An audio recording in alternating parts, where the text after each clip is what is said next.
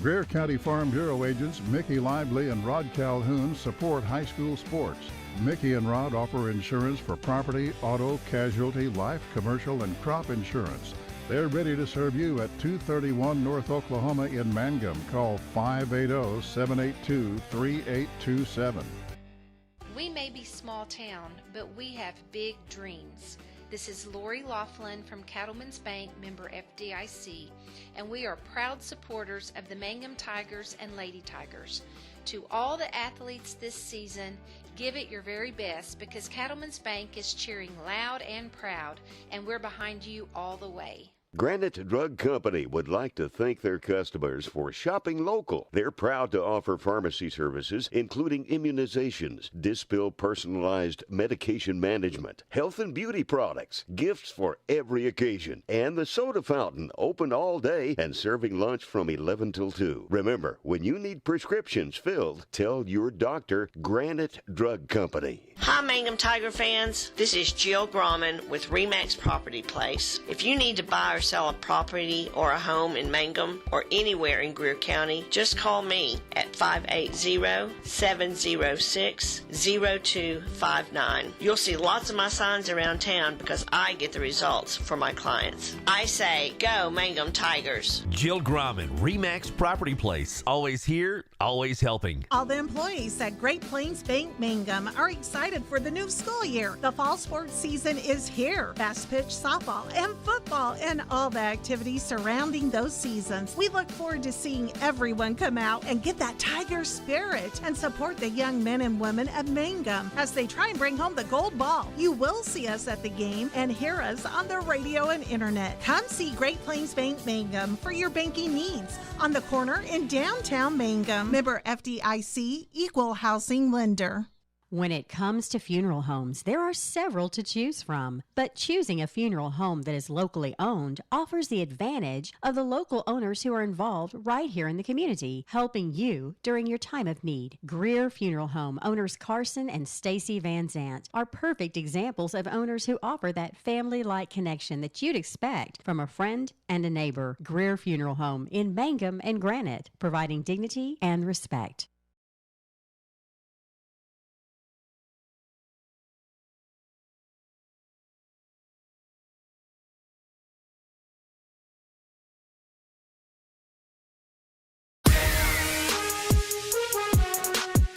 Hi again, everyone. Welcome to football. Classic Hits 97.7. Week number 1 started off in fine fashion. Chad and I have been here for the last 6.5 hours and just now getting equipment to work. So good to have you alongside on a football Friday night, week number 1, as we get set for the Eagles of Wilson taking on the Mangum Tigers. In the lid lifter for Mangum, Wilson played last week against Apache on the road and late in the ball game had a 10-point lead and then unable to hold on to it and wound up losing by a final score of 26-22. So they've got a game underneath their belt. Yes, they are one season removed from playing 8-man football, but if you can step up in week number 1 and play, or week 0 actually, and play Apache that well, then you got to be a pretty good football team. So we're looking forward to this one. And the excitement around Mangum and Western Oklahoma, Greer County, has been phenomenal since the end of last football season in anticipation of this football season, and we certainly do think that it will live up to its expectations.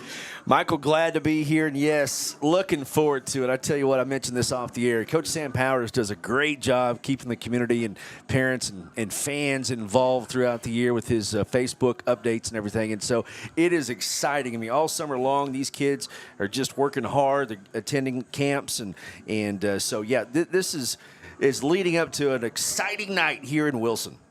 And if you're wondering about Wilson, it's located outside of Ardmore, about 15 miles to the west and a little bit to the south of Ardmore off of Highway 70. And earlier in the week, there had been some hand-wringing going on because you might remember, Chad, there is a different Wilson that is out there. That's Wilson of Henrietta. They don't play football, but by golly, they can play basketball, as we found out at the Big House last March. That is correct. And, yeah, not a bad drive. And this is kind of where Michael Barnes used to be. And we got him back to where he was and got him back home. And then he has to travel back this way. Yeah, but, why not? Yeah.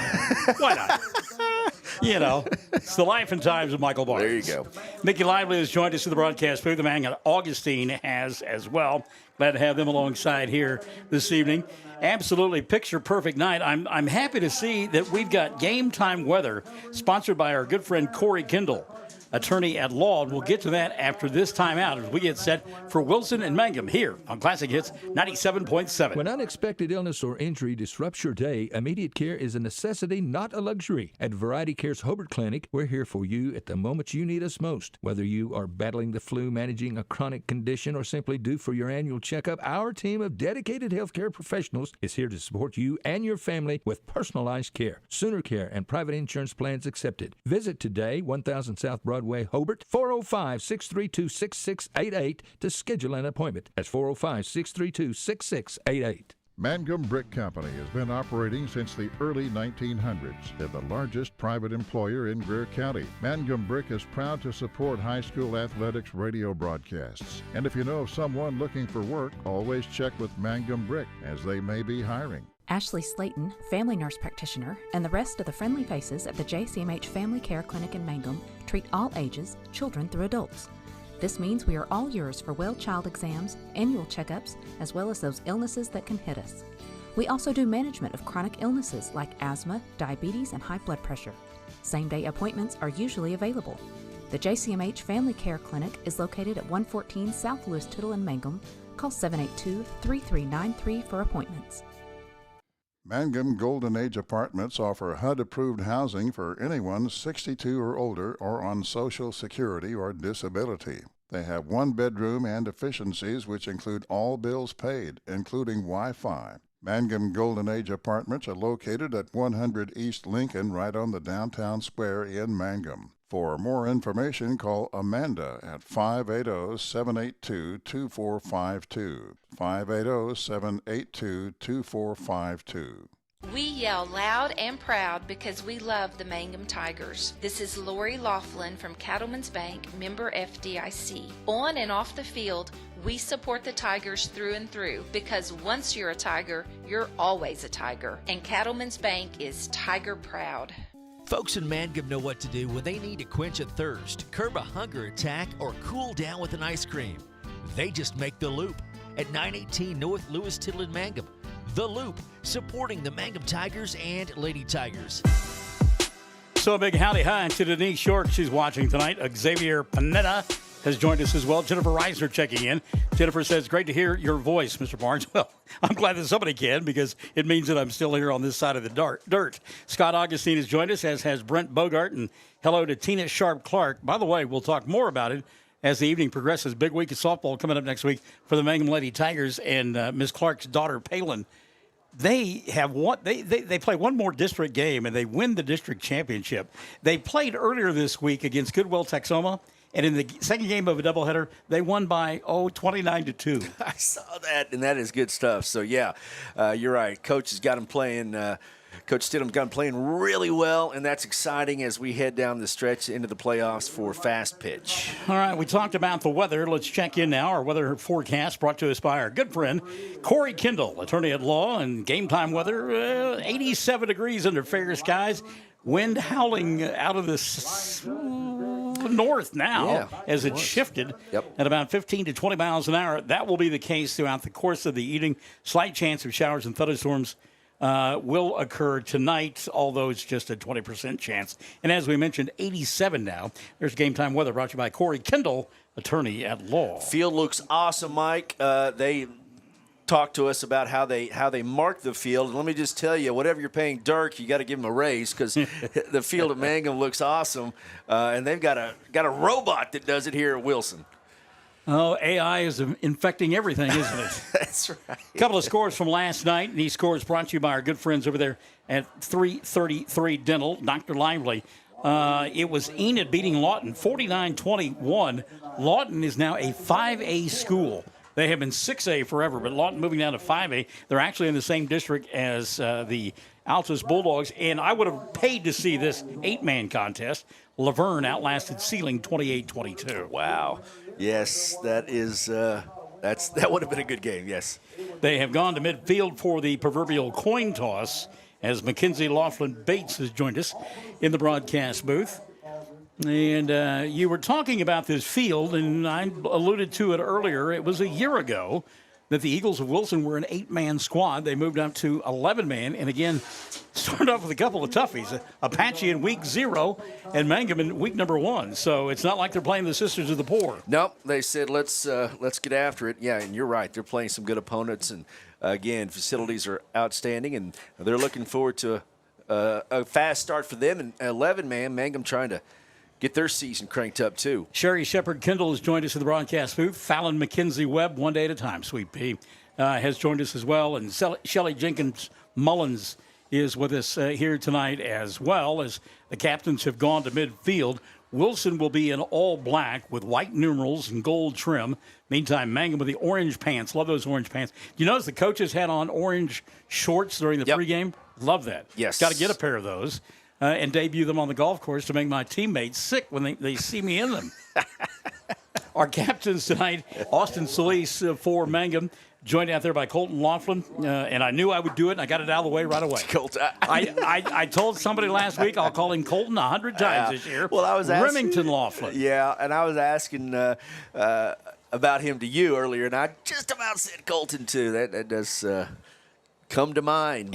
Mangum won the toss, yeah, Michael. Anthony Allen and Gavin Williams, the other two captains. But I told somebody earlier in the week, I said, I promise you. Yep. And I got it out of the way right away. See how just keep a tally all season long. We'll figure out something that I can make a donation to at the end of the year. The number of times that I say that incorrectly. Terry Williams has joined us. Sherry Shepard-Kendall says, welcome back, Mr. Barnes. Thank you. Sid the Kid has joined us. Sydney Webb. Hello, Sid. Mickey Clark says, good luck, Tigers. Derek Burnham. Good to have you back, Michael Barnes. Yes, sir. Here come the Eagles. And here come the Tigers, and we're just a couple of minutes away from kickoff. Look forward to this one. Should be a great one to begin the 24 campaign. Golly, that seems weird. I saw somebody talking about their senior in the class of 25. Just stop. Stop. Just quit it. It's ridiculous. We are dinosaurs, Barnes. Oh, I know I am. Referee tonight is Jason Welliver. The umpire is Clint Parker. The head lineman is Corbin Van Zant. No relation to the Leonard Skinner Van Zant. Line judge Derek Smith. And the back judge is Kevin Nichols. Brian Lively has joined us. Hello, Brian. Got games going on along the network, Michael. Yes, we do. Hobart Bearcats hosting the Watauga Eagles, and the Cordell Blue Devils hosting Rush Springs Redskins. And across the network, you can find all three of these games on oksports.tv. Of course, we're on the Classic Hits 97.7 Facebook page. Radio, we still do radio. How about that? Exactly. I mean, that's amazing that radio still occurs. Radio gets results and all those other things. Hello, Altus. I just said hello. No, you're absolutely correct. Lori Nippert Laughlin has joined us. Hello, Lori. Good to have you alongside tonight, kiddo, as we get ready for this one. Talking about Mangum earlier, their uniforms, they're in the orange pants with the white jerseys and the black numerals, and they will be kicking off from left to right on your viewing and or listening device, kicking off to this team from Wilson. Well, bless you. Yeah, we'll need to find somebody to sponsor my sneezes as well. Up top for Wilson, set to receive will be Landon Bruce. Down below you will find Isaiah Gibson. And set to kick the football away, Derek Hammond for Mangum, the freshman. I'm hearing a whole bunch of good things about him. Yep. This could be a memorable, we hope, season here for the Mangum Tigers, Michael, and it all starts here in just a moment. Therese Wilson-Henry says, go Tigers. Mike Rogers has checked in. He says, good luck, guys. Tonight's kickoff brought to us by Great Plains Bank of Mangum. And set to take a page from Rocky Burnett. Was it Rocky Burnett, tired of towing the line? Yes. Yeah, okay.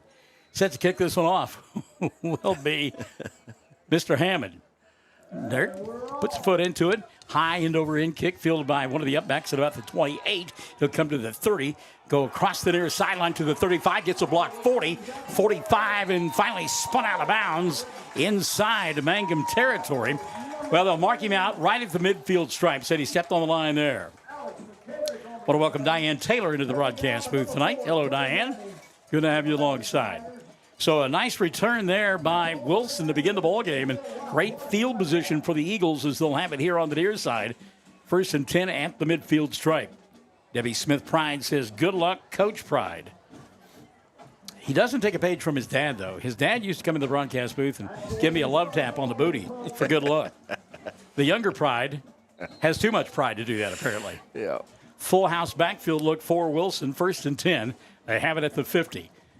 Going to roll out here on the near side, throw the ball. That's Tyler Williamson, got a man opening. A great job of turning and finding the football at the last minute. Anthony Allen to break that one up. Incomplete. They had a man open out in space, Landon Tyner, but the pass a little bit late. And a good job of recovery by Allen to knock it away, 2nd down and 10. Yeah, good coverage. The ball thrown short and was able to make a good play on it. Quarterback for Wilson, Tyler Williamson. He is a senior, joined in the backfield by Luke Gray, a sophomore. And now having to get sartorically correct is the tailback. And he can pull his jersey down a little bit. Michelle Waldrop says, go Tigers. 2nd down and 10. Ball bobbled loose, and getting back on it is Williamson. It'll be 3rd down and about 13. Williamson lucky to get back on that one. Eric Rodriguez says, let's go Tigers. Good to hear you, Mr. Barnes. Hope all is well, my guy. So a loss of 4, actually, all the way back to the 46. Sets up a 3rd down and 14 for Wilson. Just underway, 11:30, clock running period number 1. In from the sidelines with the play, Bobby Adams. It's a great job by Williams getting back on that ball. Gavin Williams nearly recovered it for Mangum. So an obvious passing situation here for the Eagles. 3rd down and 14. Williamson from the shotgun. And he hands it off instead of throwing the football. And a good open field tackle there by Austin Solis. And Solis will knock down Braxton Miles after a yard gain. That brings up a 4th down and 13. And the Eagles, you would think, would punt the football away from their own, 47-yard line. There's a flag on the far side, and I think it was a sideline warning. It was. You are correct. On the Tigers. Yep. Nonetheless, 4th down and long. And again, if you are head coach John Williamson, you've got to pump this football away. You cannot give Mangum that good a field position. Yep, he is, and you are correct, sir, Ed McMahon would say. Colton Gillespie dropping back to receive the kick. Gillespie coming over from Altus. And I tell you, known this kid since he was knee-high to a grasshopper, and he is a great kid and a marvelous athlete as well. No rush on the punt. High, wobbly kick. Gillespie fields it at his own 24-yard line. Tries to turn the corner, gets a block, has the 30, 35, 40, 45, and finally knocked down. Well, they mark him down at the 43-yard line. Didn't quite make the 45, but a nice return by Colton Gillespie and great field position for Mangum to begin the football game. Here we go. First possession of the 2024 season. Let's see what happens. I tell you what, I'm going to go up top right away. I'm going to go deep. I'm going to go home run on the first play from scrimmage. Michelle Rogers-Huckabee has joined us in the broadcast booth. Terry Isaac said, good luck, Tigers. So Remington Laughlin will go shotgun, spread the field. Wide receivers, 2 to the far side, 1 here on the near side. And again, all kinds of room. See if they go up top, little pop pitch to Gillespie. Tries to get a block, has the 45, 50, and ushered out of bounds at about the 45-yard line of Wilson. A little bit of a late tackle there, but no flag. But a first down picked up by Gillespie. They'll move the sticks. 1st and 10 for the Tigers. Get the linebackers on the move, sideline to sideline. And, it's good to see Remy out there, as you know, and the folks injured there early in the scrimmage last year, missed the football campaign, and it is good to see number 10 out there. Tristan Green says, let's go, Big Jake. Good luck, Tigers. Rebecca Price, go Tigers. 1st and 10, 45-yard line. Laughlin fakes the handoff, going to keep it himself, has the 40, down inside the 40 to the 36-yard line. Just shy of a first down by a yard. Gain of 9 on that left side. It'll be 2nd down and 1. I want to tell you, the big uglies up front for this Mangum Tiger football team, they are big.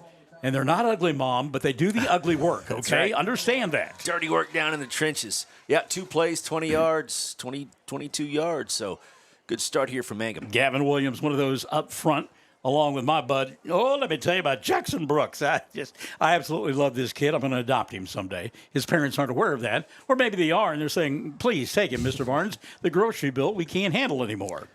Toss sweep near side and good penetration. As coming up from the linebacker spot to make the play behind the line of scrimmage is Cason Fulton. And just nowhere to run that time for Solis. He'll lose a yard, 2nd down and 8. Fulton took on the block, shed that, and made a great tackle. That's a big cat there on the inside defensively. 3rd down and 8, not 2nd down and 8. Solis, the lone back, they go pistol formation. Laughlin will send him in motion, looks his way, tosses it out there, and now he wants to throw the football. Left-handed pass, caught at the 10-yard line, to the 5 and into the end zone for a touchdown, Zeke Rogers. How about that razzle-dazzle for a touchdown? Excellent play design from Coach Powers. It looked like it was going so slow, the play developing. All the while. It was. The receiver streaking down the sideline, wide open. Rogers, 6'3", 145. He is a freshman. Made the catch, got into the end zone. Solis not going to fool anybody with his ability to throw the football, but he got it to a wide-open receiver for the touchdown. And I tell you what, they were looking right back into the sun. Yep. Solis was. So Derek Hammond now to try the extra point.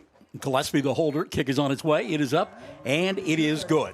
So with 9:09 left in quarter number 1, Mangum strikes first. They lead at 7-0 over Wilson here on Classic Hits 97.7. Hey, come on by the Mangum Tag Agency at 108 East Pierce in Mangum for all your vehicle tag and registration needs. Driver's license, ID renewals, including CDL or Add Real ID. We now offer initial issuance and out-of-state driver's license and ID transfers. And we issue Pike Pass. For fast, friendly customer service, come see Tom, Cynthia, or Adam. We're here for you. Check us out online at mangumtag.com. For tag renewals and more information, phone 580-782-3004. The Mangum Tag Agency says, Go Tigers.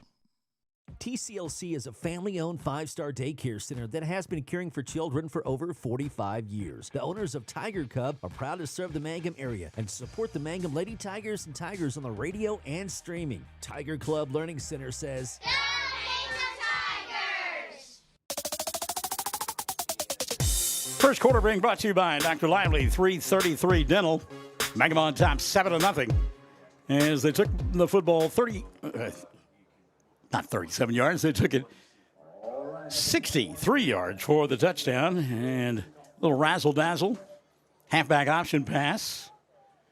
The last 35 or so of that. And they lead at 7-0. Rachel Owens has joined us. Hello, Rachel. Michelle Rogers-Huckabee says, Barnes Colton said every time you call Remy Colton, you can contribute $100 to his wedding fund. Maybe $1 or $5, but not $100.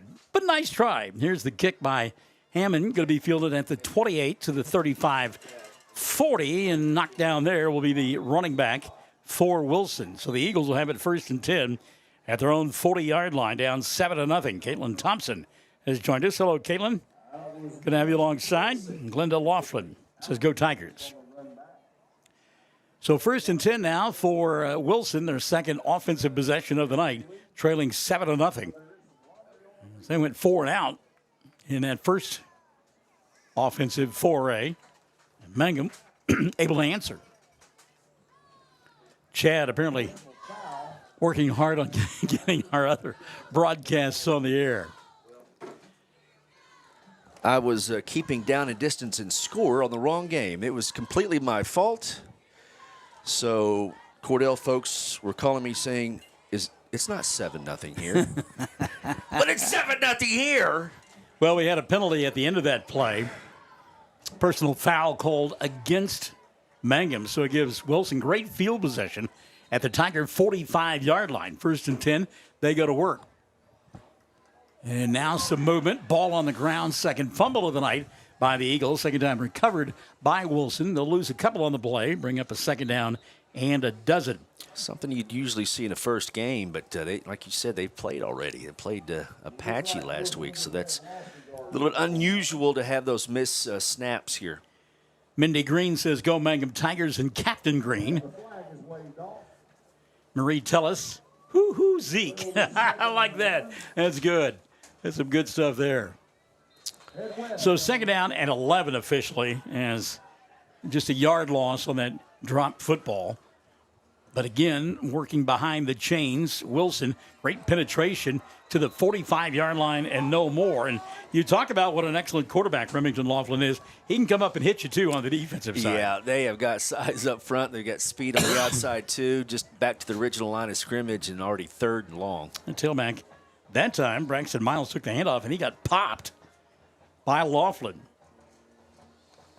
Keep an eye on Cason Fulton.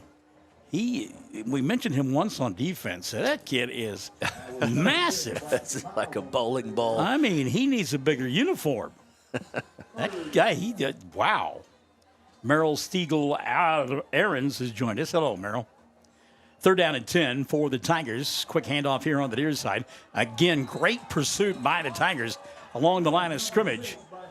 As Austin Solis got in there. Didn't get credit for the tackle, but he disrupted things, and Coulter Webb at 6'3", 140, ended up making the tackle. Got some help as well from Landon Hutton. It'll be fourth down, and the Eagles will have to punt, I would think, on 4th and 11. Yep, there they go. Punting crew on their way out, and couldn't play much better defense, Michael. 4 plays and -1 yard. Yeah. So in to punt the football away will be Isaiah Gibson. And back to receive for the Tigers, Colton Gillespie.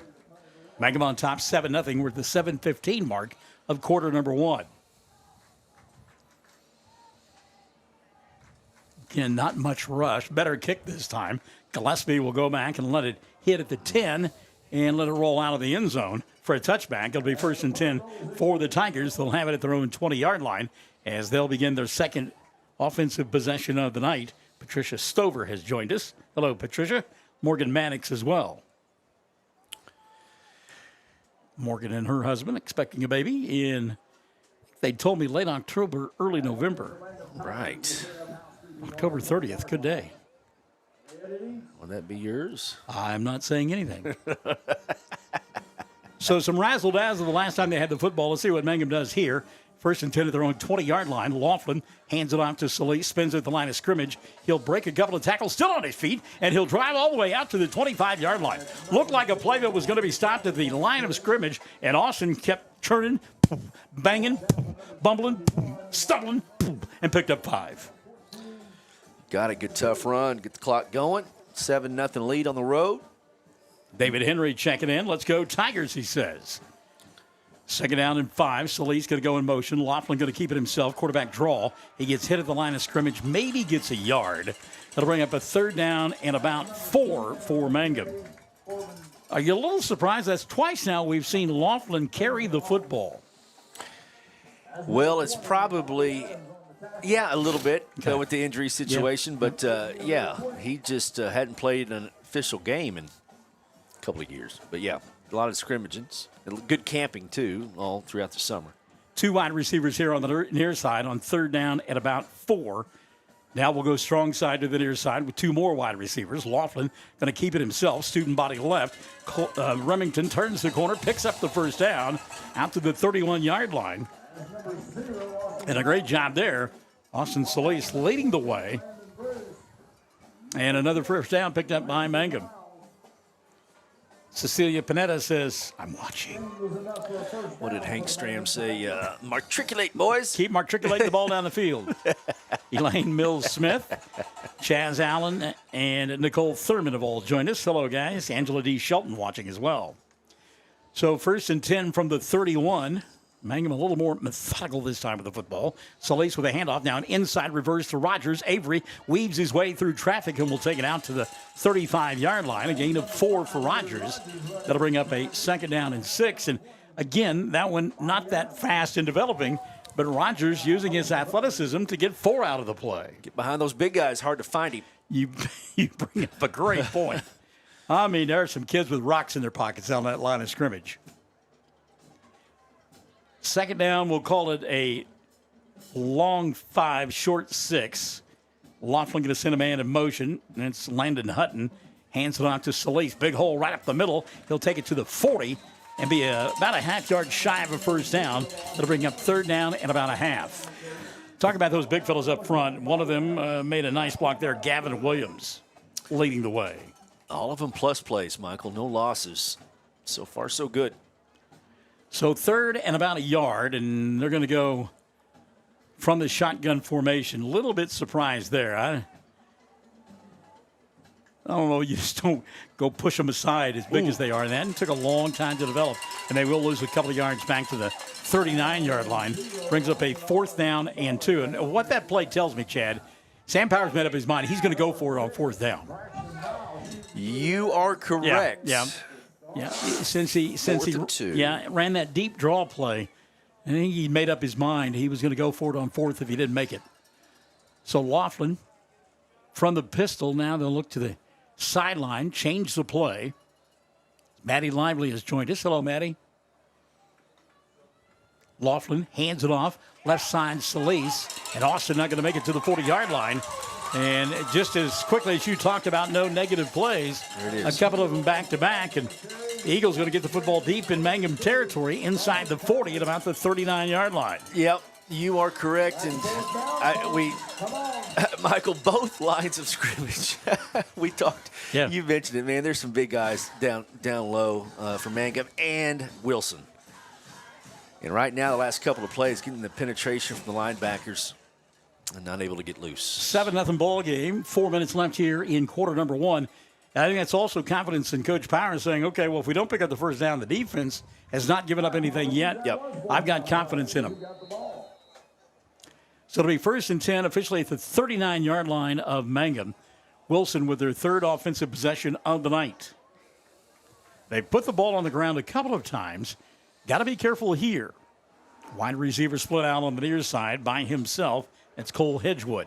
Now they'll send a man in motion. Little pop pitch to him. Turns the corner, has some room. Breaks the tackle and takes it inside the 35, down to about the 31-yard line. Positive yardage that time on the little pop pass to Isaiah Gibson. Yeah, that counts as a forward pass, but like you said, just almost a handoff pretty much on a jet sweep type play. Gave him 7 on the play. It'll bring up a 2nd down and 3. Good tackle in the open field that time by Cooper Curbo. So 2nd down and 3. Shotgun formation, sending a man in motion. And they'll fake the pop pass, and this time hand it on to the tailback. Will get a yard out of the play and bring up a 3rd down and short. Initial hit, Austin Solis. And also Remington Laughlin in on this stop. Got some help on the inside as well from Gavin Williams. Well, they got 2 plays to get 3 yards, 4 down territory here, kind of in no man's land at about the 33. Yeah. Yeah, unless you've got, you mentioned the Chiefs and Hank Stram, unless you've got Jan Stenerud waiting in the wings, you're not going to try to kick a field goal from here. Google Jan Stenerud, kids. Handoff on the right side down to the 31-yard line. That'll be shy of a first down by about a yard. Making the stop for Mangum was Gabe Miranda, as he was able to keep Braxton Mills from making the line of scrimmage for a first down. So it's 4th, and we'll call it 2. It's closer to a yard and a half. Line to make midway between the 30 and the 29-yard line. Line of scrimmage, the 31. Just not big creases at all. Mangum defensive line's been holding up nicely. Got to be careful if you're out on the edge here. Yep. Play position football. 4th down, yard and a half. Williamson, long time, now rolls right. Wants to throw the football, tries to outrun the defense, has the first down and more as he runs out of bounds at the 24-yard line. So Williamson, we talk about assignment football, and he looked right and then broke it back to the left, and there wasn't anybody home, and he was able to pick up the first down and more. Well, that's where they've had some success. It has been a lot of success. When they have it, like you said, it's been on the edge. It's been on the perimeter. It's getting out beyond, around the box defensively of Mangum. They've not been able to go up the middle at all, but outside they have. 2 minutes left in the first quarter of play. Mangum on top 7-0, but Wilson driving the football late in his first period of play. Great tackle there. Coming up off the line of scrimmage, Austin Solis, rather, and Austin little posturing there as he tackled Braxton Mills right at the line of scrimmage, 2nd down and 10. So, Austin in midseason form. Yes, he is. Nice to hit somebody else. 2nd down and 10 now for Wilson. Minute 25 left in the first quarter. Brought to us by 333 Dental. Going to keep the football on the ground. And again, great penetration. And again, a tackle in the backfield. That ball came loose, but it should have been a dead ball. It should have been, but they didn't blow it dead, did they? Oh, man, that's... Yeah. That should have been back 2 yards behind the line of scrimmage. Is again an open field tackle off the edge turned in by one of the Tigers. I think that may have been Anthony Allen as he got the shoelaces of Braxton Miles. Miles' knee hit the turf, but they let the play continue, and it'll be third down from the 24-yard line. Wow. Third down and about 10. And again, 4-down territory if you are the Eagles. 40 seconds left, first quarter of play. Barbara Wright-Gahagan has joined us. Hello, Barbara. Williamson flushed from the pocket, and he'll get swallowed up in the backfield. Great penetration that time by the Tigers. Getting off the top of the pile, Jake Green. Got help as well from Aiden Augustine. Aiden, who can bench press the building, in on that stop. It'll bring up a fourth down now and about 14. Well, should be the last play of the first quarter. And they're going to let the quarter come to an end, they being Wilson. So period number one in the books. Mangum on top, 7-0. Quarter number 2 on the way. Stick and stay with us here on Classic Hits 97.7.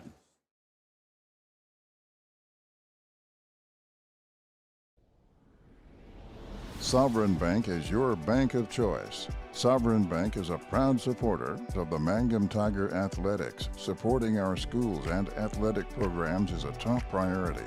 Hear us roar, go Tigers. We're cheering you on all season long. Sovereign Bank, empowering our youth with the freedom to dream. Sovereign Bank, member FDIC, equal housing lender. Triad Home Health in Mangum is locally owned and offers nursing, physical therapy, occupational, wound care, IV therapy, and more. All administered by people who go above and beyond for you. Phone Triad Home Health today at 580-782-5800. That's 782-5800. Welcome back as we get set for period number 2. Mangum on top, 7-0. Our second quarter brought to us by Sovereign Bank. And they're throwing footballs at us. The window not open, I don't think, far enough to allow one to get through, so I think you are safe. What does our softball week look like next week? Looks like we've got a game Monday night, Tuesday night, and I believe on Thursday, if memory serves me correct.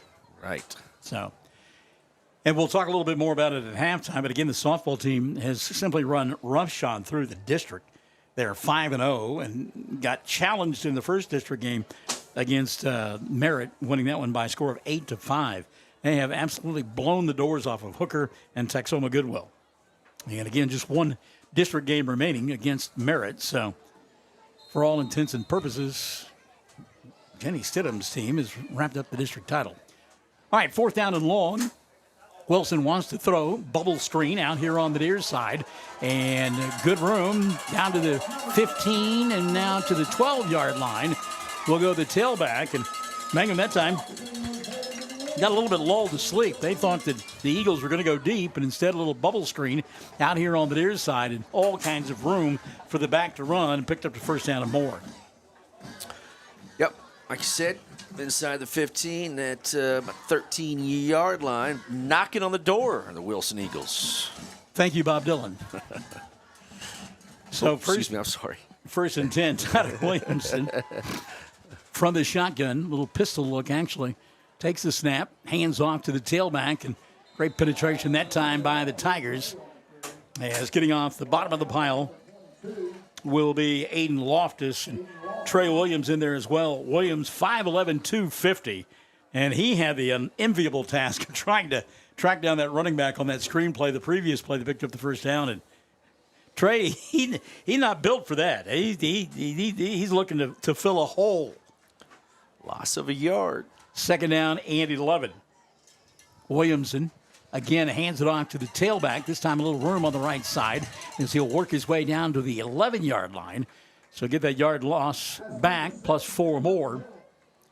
And it'll bring up a third down now. Line to make for a first down is the 4-yard line. So third and 8. Third and 8. And Solis sit on the tackle. Austin just all over the place, isn't he? Yes, he is.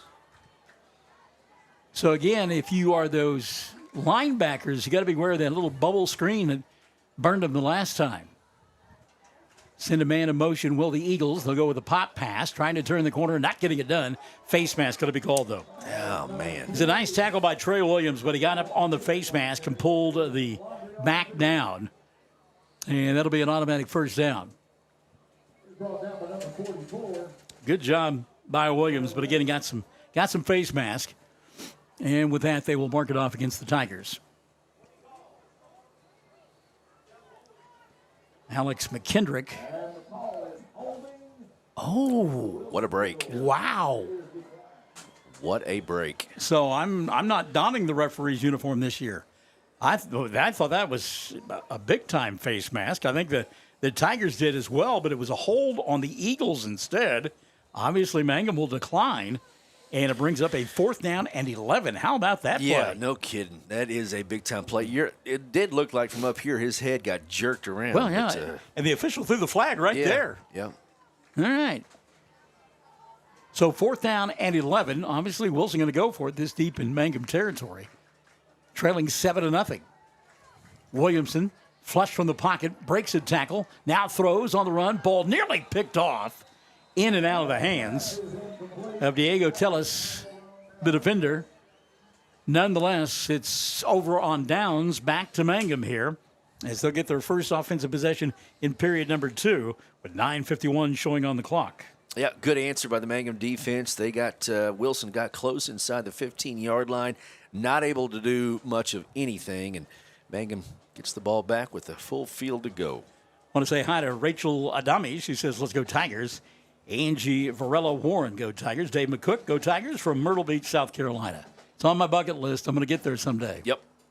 1st and 10. Laughlin with time. Bubble screen. Gillespie makes a move. He's got the 20. Stumbles. Comes across the 25. And now slips down right there. How about, though, Colton Gillespie in the open field. Getting it done. Picks up the first down. Yeah, just got past the line to gain. And a lot of running for about 11 yards. But you're right. He got the first down. Nice speed.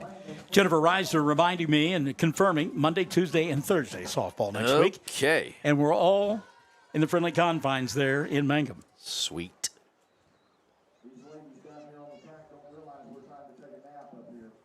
9:25 left in the first half of play. I've heard it all. I don't know what that was all about. Mangum 1st and 10. Avery Rogers in motion. They'll throw it to him behind the line of scrimmage. Gets a block from Gillespie. Steps inside of it, breaks a tackle, and gets about a yard out of the play. Good job by the Eagles to kind of string that one out. It looked like there's going to be room out there on the right side for It did. Avery Rogers, but only a yard.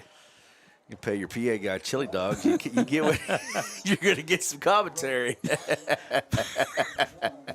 Oh, my goodness. I don't know the folks at home can hear that over the speakers, but that was quality there. Mangum now going to spread things out. 2nd down and 10. 8:40 remaining here in the second quarter of play. They lead 7-0.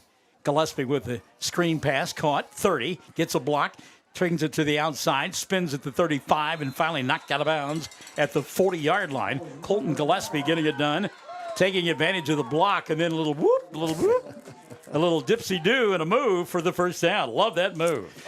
Yeah, we're going to see a lot of him, aren't we? Laughlin to Gillespie. Yeah. You got to watch him in that scrimmage look good. Oh, yeah. So he's going to be a go-to guy this year. And we haven't seen his speed so far, but you see his footwork. He's got great footwork.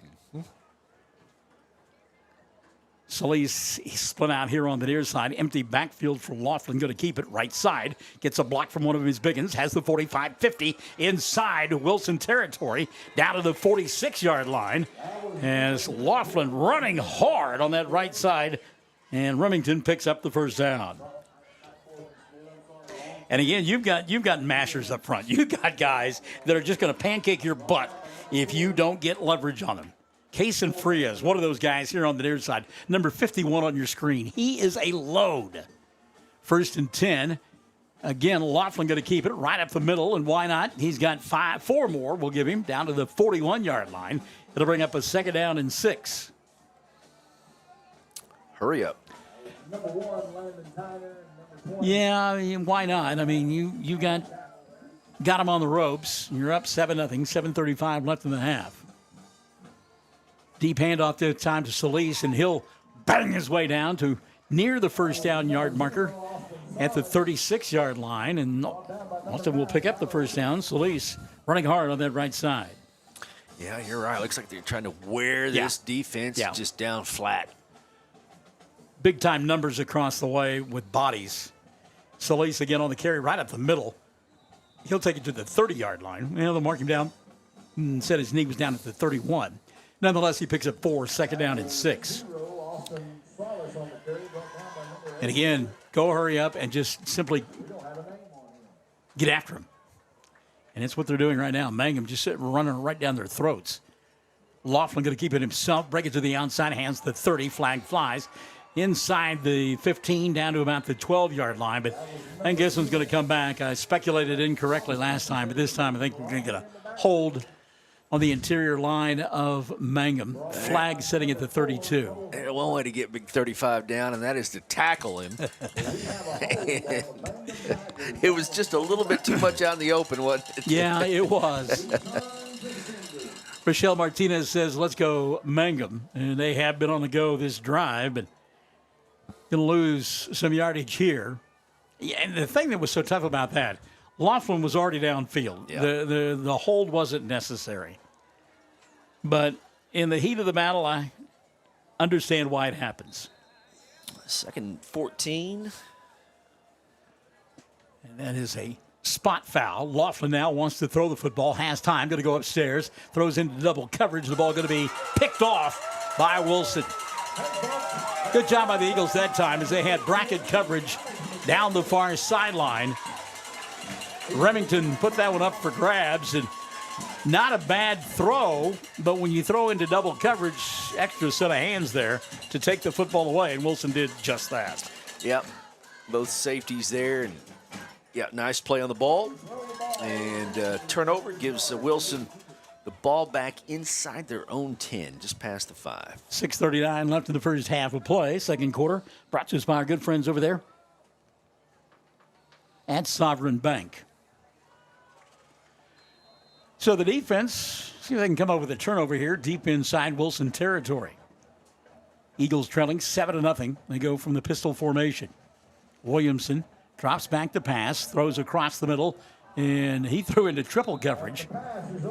Had a man open, though, as Hunter Roberts had made his way down the middle of the field. There were 3 white shirts in the area on the coverage. Diego Tellis, Colton Gillespie, and also chasing from behind, Landon Hutton.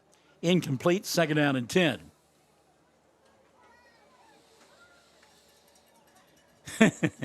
Maria, tell Gillespie to give it that twist and run. Or twist and turn. I thought it was twist and shout. Exactly. Thank you. Beatles. Ferris Bueller's Day Off, right? Yes, sir.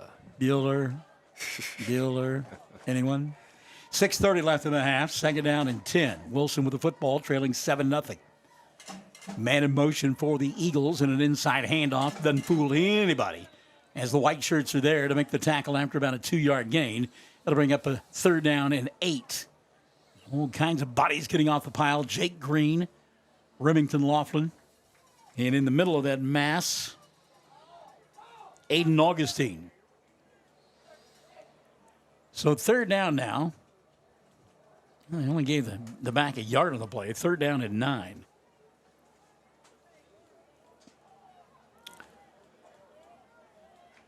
.550, clock running. First half of play, and a timeout going to be taken by Wilson. 5:49 left in the half. Mangum on top, 7-0. 3rd and long for the Eagles when you and I come back on Classic Hits 97.7. Get ready to hit a home run in style with Funky Flamingo. As sports season swings into action, we're here to deck you out in the coolest custom trucker hats. No matter your team or sport, we've got the gear to make you stand out. Swing by facebook.com/myfunkyflamingo. And let's get personal with your style. Funky Flamingo.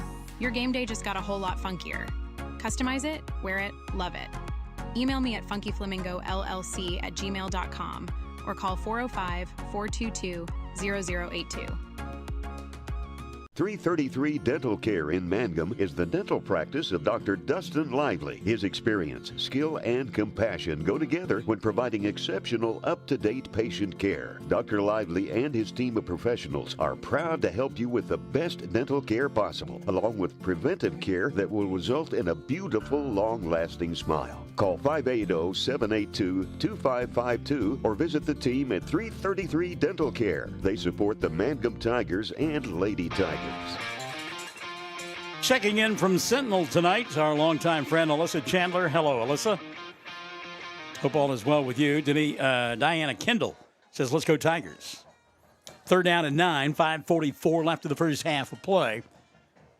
See if the Tiger defense can hold here. Pistol formation for the Eagles. They want to throw the football, out in the flat. Great read that time, and a better open field tackle turned in by Remington Laughlin. That was, for one thing, it was almost a safety.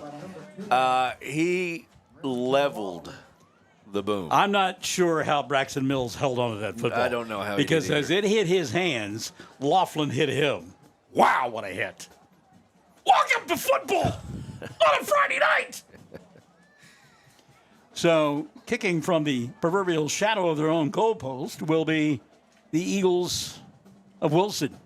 Gillespie back here to his own 38-yard line to receive the kick. 5 minutes left here in the first half of play. Mangum should get great field position out of this. Late getting on the field for the Eagles, Dawson Kennard. So they'll put a little pressure on the punter this time. He gets the kick away, and it will sail out of bounds right around the 30-yard line. They'll mark it at the 30 exactly. It'll be 1st and 10 for the Tigers with 4:44 left in the first half of play. Period number 2 brought to us by Sovereign Bank. Great field position for Mangum. And remember, they will get the ball to begin the third quarter of play. That's why you didn't mind going for that shot down the field, right. Turned into an interception. You mentioned it. It's got the ball back. Good field position. You know, and the defense is starting to adjust to that little bubble screen, especially Laughlin on that play a moment ago. My goodness. Talking about blowing things up. Hello to Alyssa Dreyer. She has checked into the broadcast tonight. Mangum on top 7-0. Trying to add to that here. Remington rolling right, has time, fires, fastball caught. Little dipsy-do, and a first down going to be picked up by Colton Gillespie. I don't know where he learned that little whoop move, but I mean, a little step in, step out. Put a little music to it. We've got a line dance that they'll do in the clubs at night. That was number 9, Tyler Williamson, and number 15. 4:33 left in the first half of play. Move the sticks. Mangum on the march inside the 20. They'll hand it off to Solis. And Austin will weave his way down to about the 16 and then get summarily knocked back there. But to pick up 3 on the play. 2nd down and 7. 4:10. Clock running. First half of play.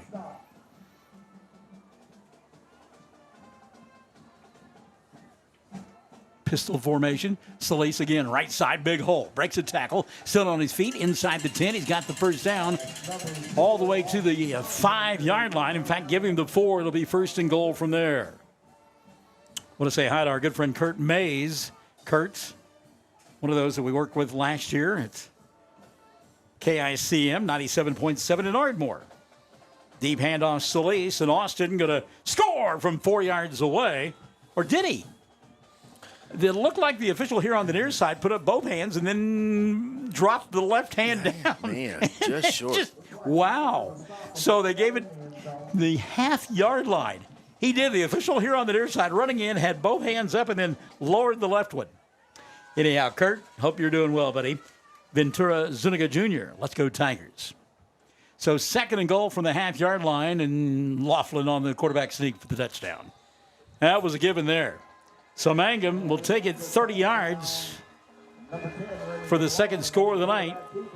And have extended the lead now. They are up 13-0 with the extra point on the way. And that was the way to make a drive right there. Yep, defense setting them up nicely and just not able to get anything going for Wilson offensively. Mangum playing very well the defense and chewing up clock, chewing up yards on the ground. Freshman Derek Hammond in to try the extra point. Colton Gillespie is his holder. 3:18 left here in the first half of play. And snap bobbles. Gillespie going to roll out, try to escape the defense. Throws, corner of the end zone, up for grabs, and dropped by the Eagles. So the extra point, no good. And with 3:18 left in the first half of play, Mangum on top 13-0 against Wilson. You and I come back after this on Classic Hits 97.7. Blair Tire and Feed on the corner of Highway 283 and 19 is your certified Firestone tire dealer and also a proud supporter of the Mangum Tigers and Lady Tigers. When you need tires, we're specialty trained and equipped to take care of you. Lyle Shaw and his crew at Blair Tire and Feed wish the Tigers lots of luck in today's game. And always remember, play smart, play safe, play hard, and play with pride. And good luck from everyone at Blair Tire and Feed on the corner of Highway 283 and 19 in Blair, Oklahoma. Have you visited Western Traditions in Mangum yet? I'm waiting for a sale. Well, I'm here to tell you the wait is over because there's a secret sale going on right now. Western Traditions is quickly becoming known for high-end, unique Western furniture. And now during the secret sale, just mention radio and get 20% off in-stock furniture. 20% off. Wow, that's a big deal on unique, one-of-a-kind furniture. Remember, you've got to ask for the discount to get it. Mention radio and get 20% off all in-stock furniture at Western Traditions, downtown Mangum. Ashton Bryant has joined us in the broadcast booth. Good evening, Ashton. Mangum Tigers on top 13-0 late in the first half of play, 3:18 remaining. And Tigers hold and get it one more time, maybe get another chance at a score going into the locker room.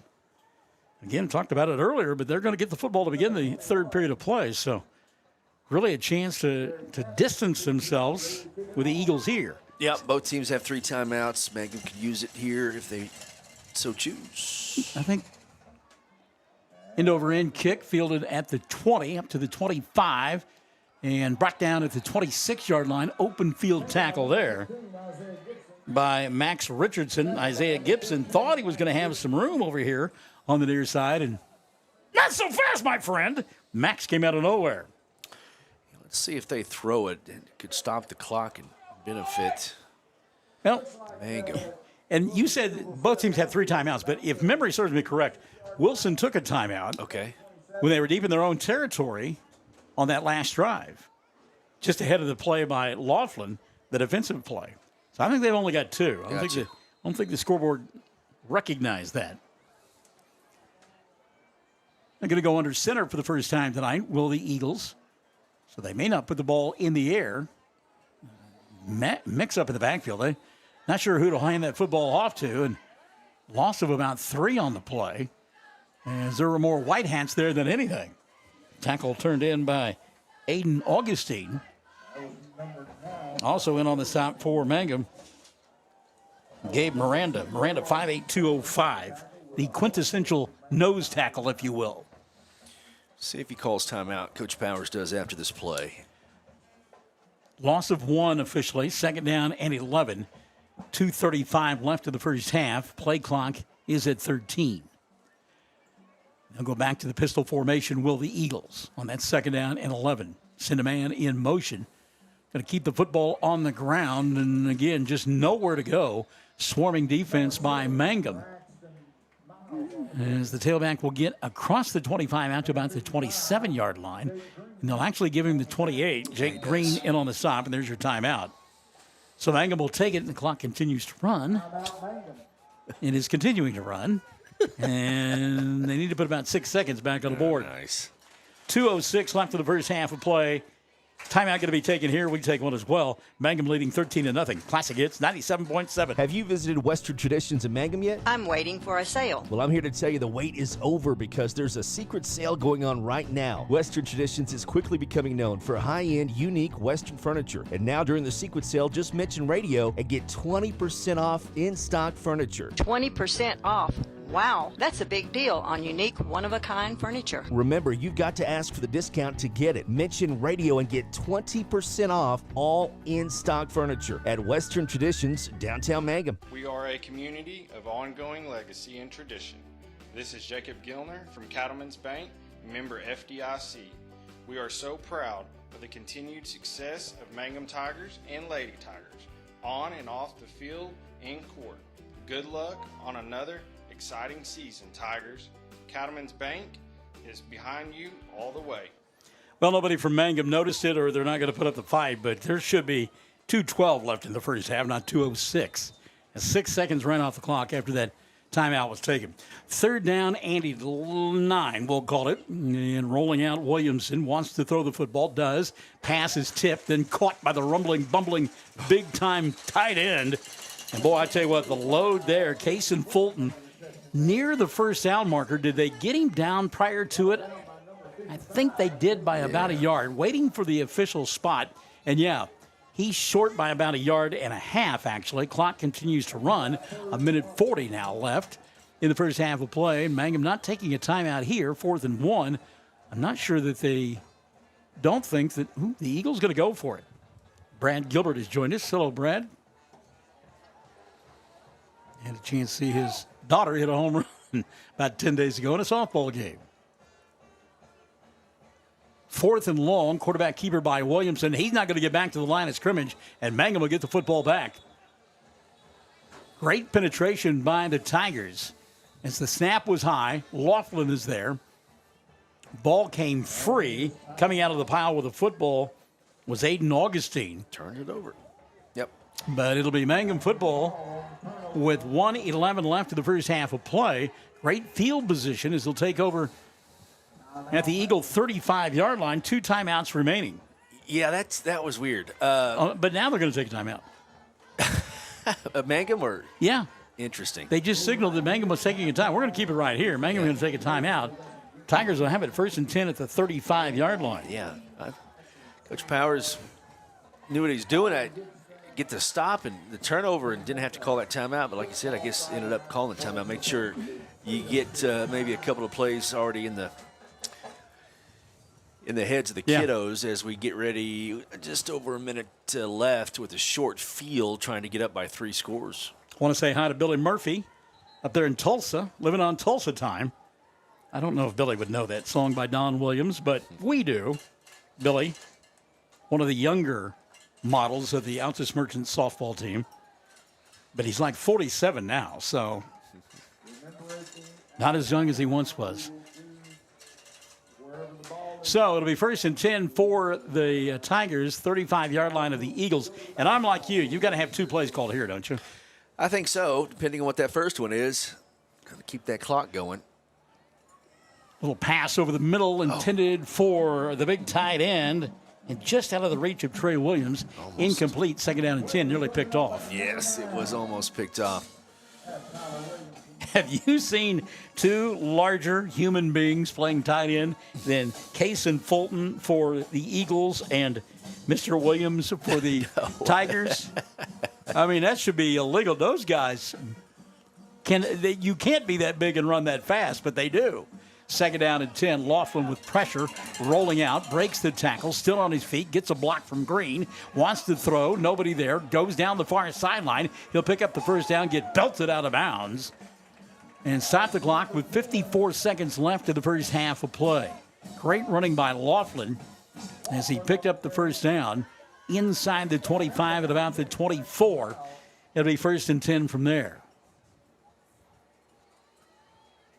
Good coverage downfield by the Eagles in that back end, but a better job by Laughlin to take advantage of the fact that everybody had turned and ran with the wide receivers, and he had plenty of room down that far sideline. Solis in motion to the far side. 3 wide receivers here on the near side. Laughlin looking that way. Has time. Now gets hit and will be sacked back at the 28-yard line. And Colton, there's the second one. Remington held on to the football too long that time. Timeout going to be taken here with 41 seconds left in the half. It'll be 2nd down and about a dozen for the, actually more than that. 2nd down and 14 for the Tigers when you and I come back on Classic Hits 97.7. Something you should know about the Kendall Law Office. The Kendall Law Office is family-owned and local.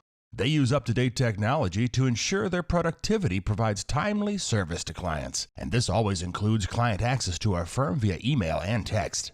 Corey Kendall is experienced, hardworking, and honest. He always puts the client first, and all efforts are focused on the client's best interest. The Kendall Law Office, locations in Altus and Mangum.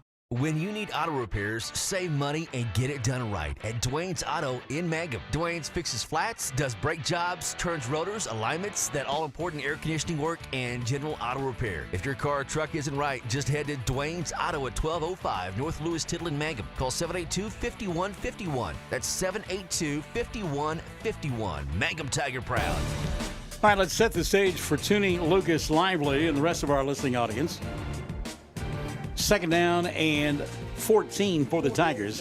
They lead 13-0. 48 seconds left in the first half of play. I believe Mangum out of timeouts, Chad. Is that right? Yes, I believe so. Laughlin from the pistol formation. To send a man in motion here on the near side. Fake the handoff to him. Now he'll throw end zone. Remington's pass is caught. Was he inbound for the touchdown? Yes, late call touchdown. We had to wait wait on the line judge, and finally they said Colton Gillespie was in the corner of the end zone, made the catch for the touchdown, and with 37 seconds left in the first half of play, Mangum is added to their lead, 19-0. Yeah, we're starting to get a little glare off we're inside and having to go over a couple of windows, so it went out of focus on my end, too, so I couldn't tell if you caught it either until after the signal. Line drive extra point is up, and it is no good. And with 37 seconds left in the first half of play, Mangum leads it 19-0. It's a great pass by Remington Laughlin, reminiscent of Colton throwing on the run, off balance, off the wrong foot, and throwing an absolute dart in the corner of the end zone. My only question was Gillespie going to be in bounds or not? And we waited, and finally the official signaled touchdown. Mangum leads it 19-0. Yeah, Gillespie right there in the back of the end zone got his feet in and made that catch, going backwards and made the play for that's a big touchdown. 3-possession game and 19-0 lead for the Tigers. Look down at the Wilson sideline and the coaching staff. Not happy. I'm not sure if they're unhappy with the back end of the secondary or the officials or a little bit of both. What in the world? We got a camera that is going crazy here. Well, it's picked the right broadcast booth with you and I, my friend. Tell you what. Talk about Gillespie being able to tap his foot, keep it in bounds on that touchdown catch.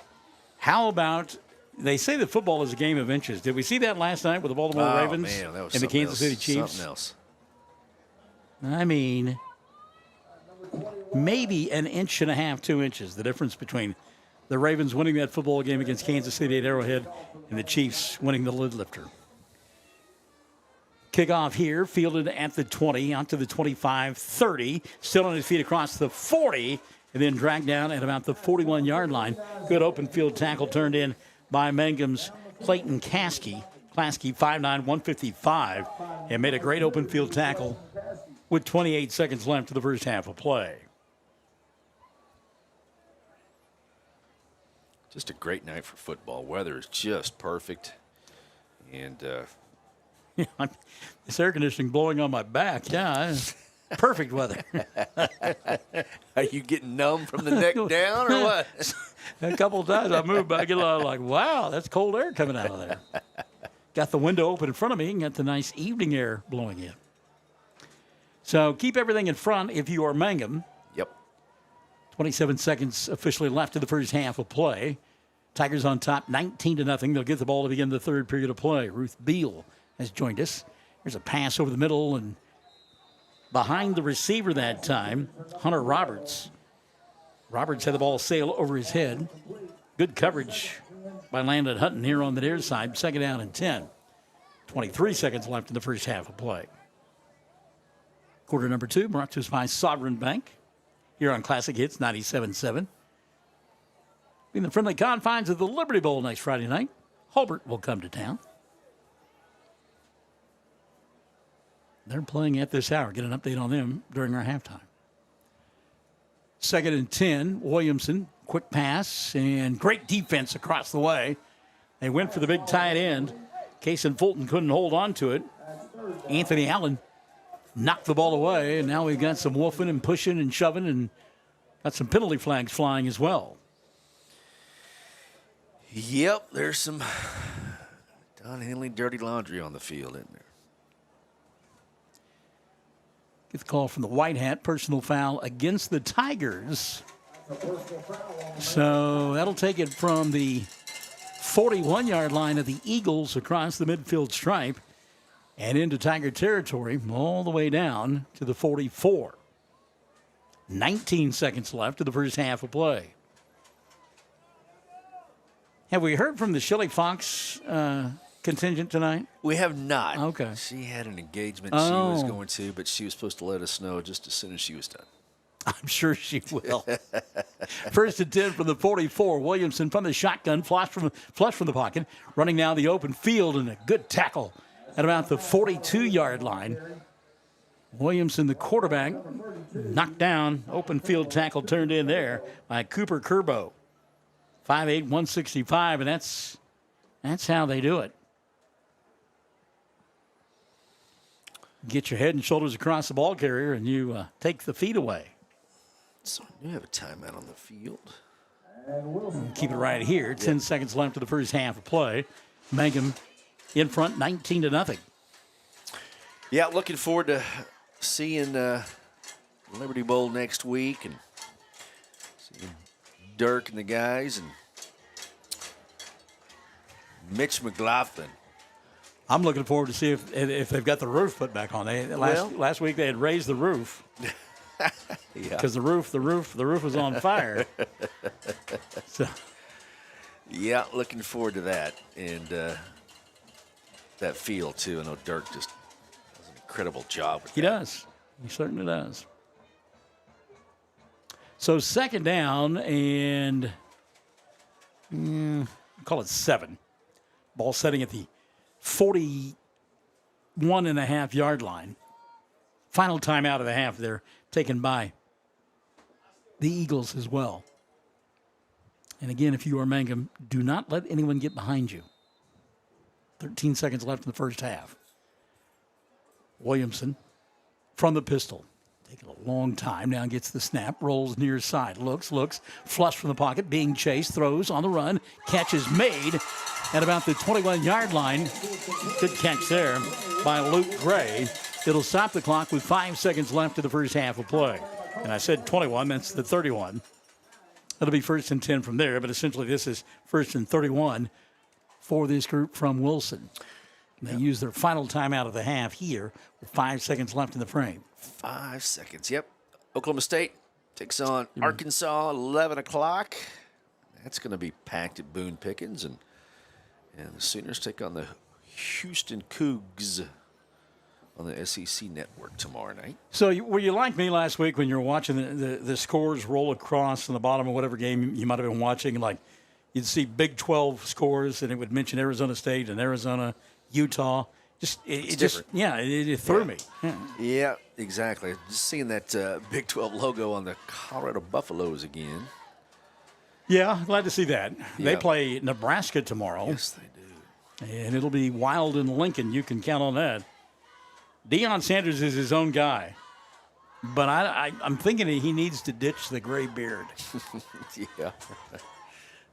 That or get some of that Grecian from Emmitt Smith. I say that because that's exactly how mine would look if I were to grow it. So here we go. First down play.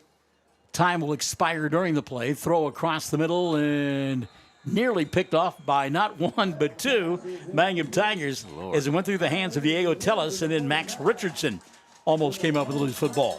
As it is, the half comes to a close. Mangum leading at 19-0 at the end of the first half of play here in Wilson. It's Mangum 19, Wilson nothing.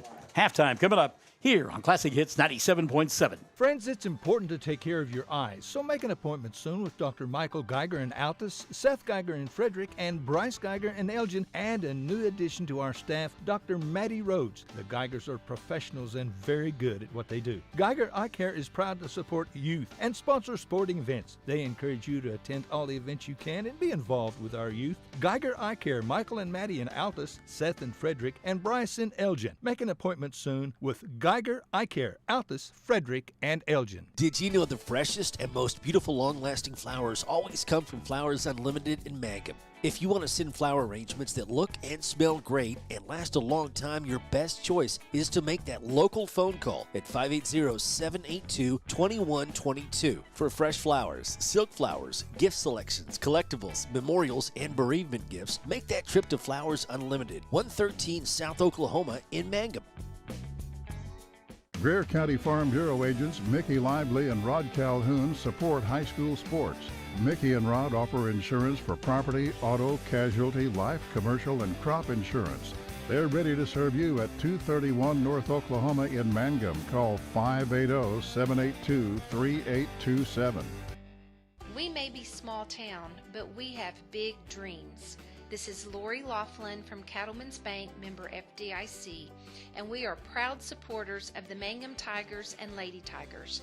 To all the athletes this season, give it your very best because Cattlemen's Bank is cheering loud and proud, and we're behind you all the way. Granite Drug Company would like to thank their customers for shopping local. They're proud to offer pharmacy services, including immunizations, dispill personalized medication management, health and beauty products, gifts for every occasion, and the soda fountain, open all day and serving lunch from 11 till 2. Remember, when you need prescriptions filled, tell your doctor Granite Drug Company.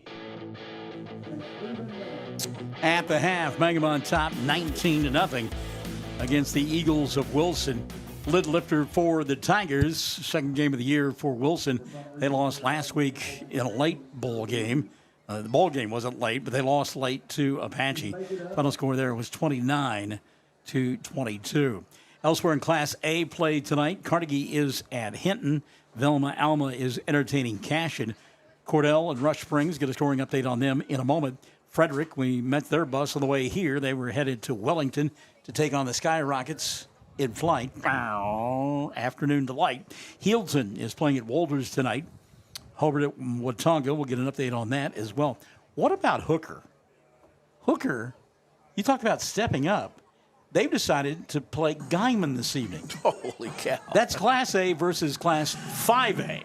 Yeah, and Guyman's not a powerhouse in 5A, but they're going to have 100 kids. Yeah. And they won their game last week against Woodward 10-8. So tip of the cap to Hooker. Take on anybody and everybody and not be afraid to do it. So, wow. Here it's 19-0. Mangum getting it done in all facets. They scored their first touchdown on a play that Lee Corso would be happy with. Some trickeration went on as a little inside handoff to the left-handed Austin Solis, who then threw it for a touchdown. And it was 7-0 with the extra point. Then Mangum scores again, driving the football down the field. Half-yard run from quarterback Colton, or from Remington Laughlin. Almost did it again. Remington Laughlin with a half-yard run for the touchdown. Extra point, no good, 13-0. And then the final touchdown, a pass into the corner of the end zone from Laughlin to Colton Gillespie. And again, the extra point, no good, but nonetheless, Mangum on top, 19-0 at the half. And some credit to the defense, Chad, because really no sniffing of the goal line, if you will, by this team from Wilson. Yeah, there's just not much doing. So Mangum's defense dialed in nicely. There's a couple of plays on the outside perimeter we talked about in the first quarter where they got loose just for a few yards. No explosion plays for Wilson here in the first half, and defense for Mangum been solid, and they've moved the ball, got plenty of yardage there in the first half to lead 19-0. I got a couple of scores for you. I was just about to ask. All right, 10-7, Watonga on top of Hobart at half. At Hobart, 10-7, Watonga on top of Hobart, and 40-0 Rush Springs is up big over Cordell at the break, 40-0 in Cordell.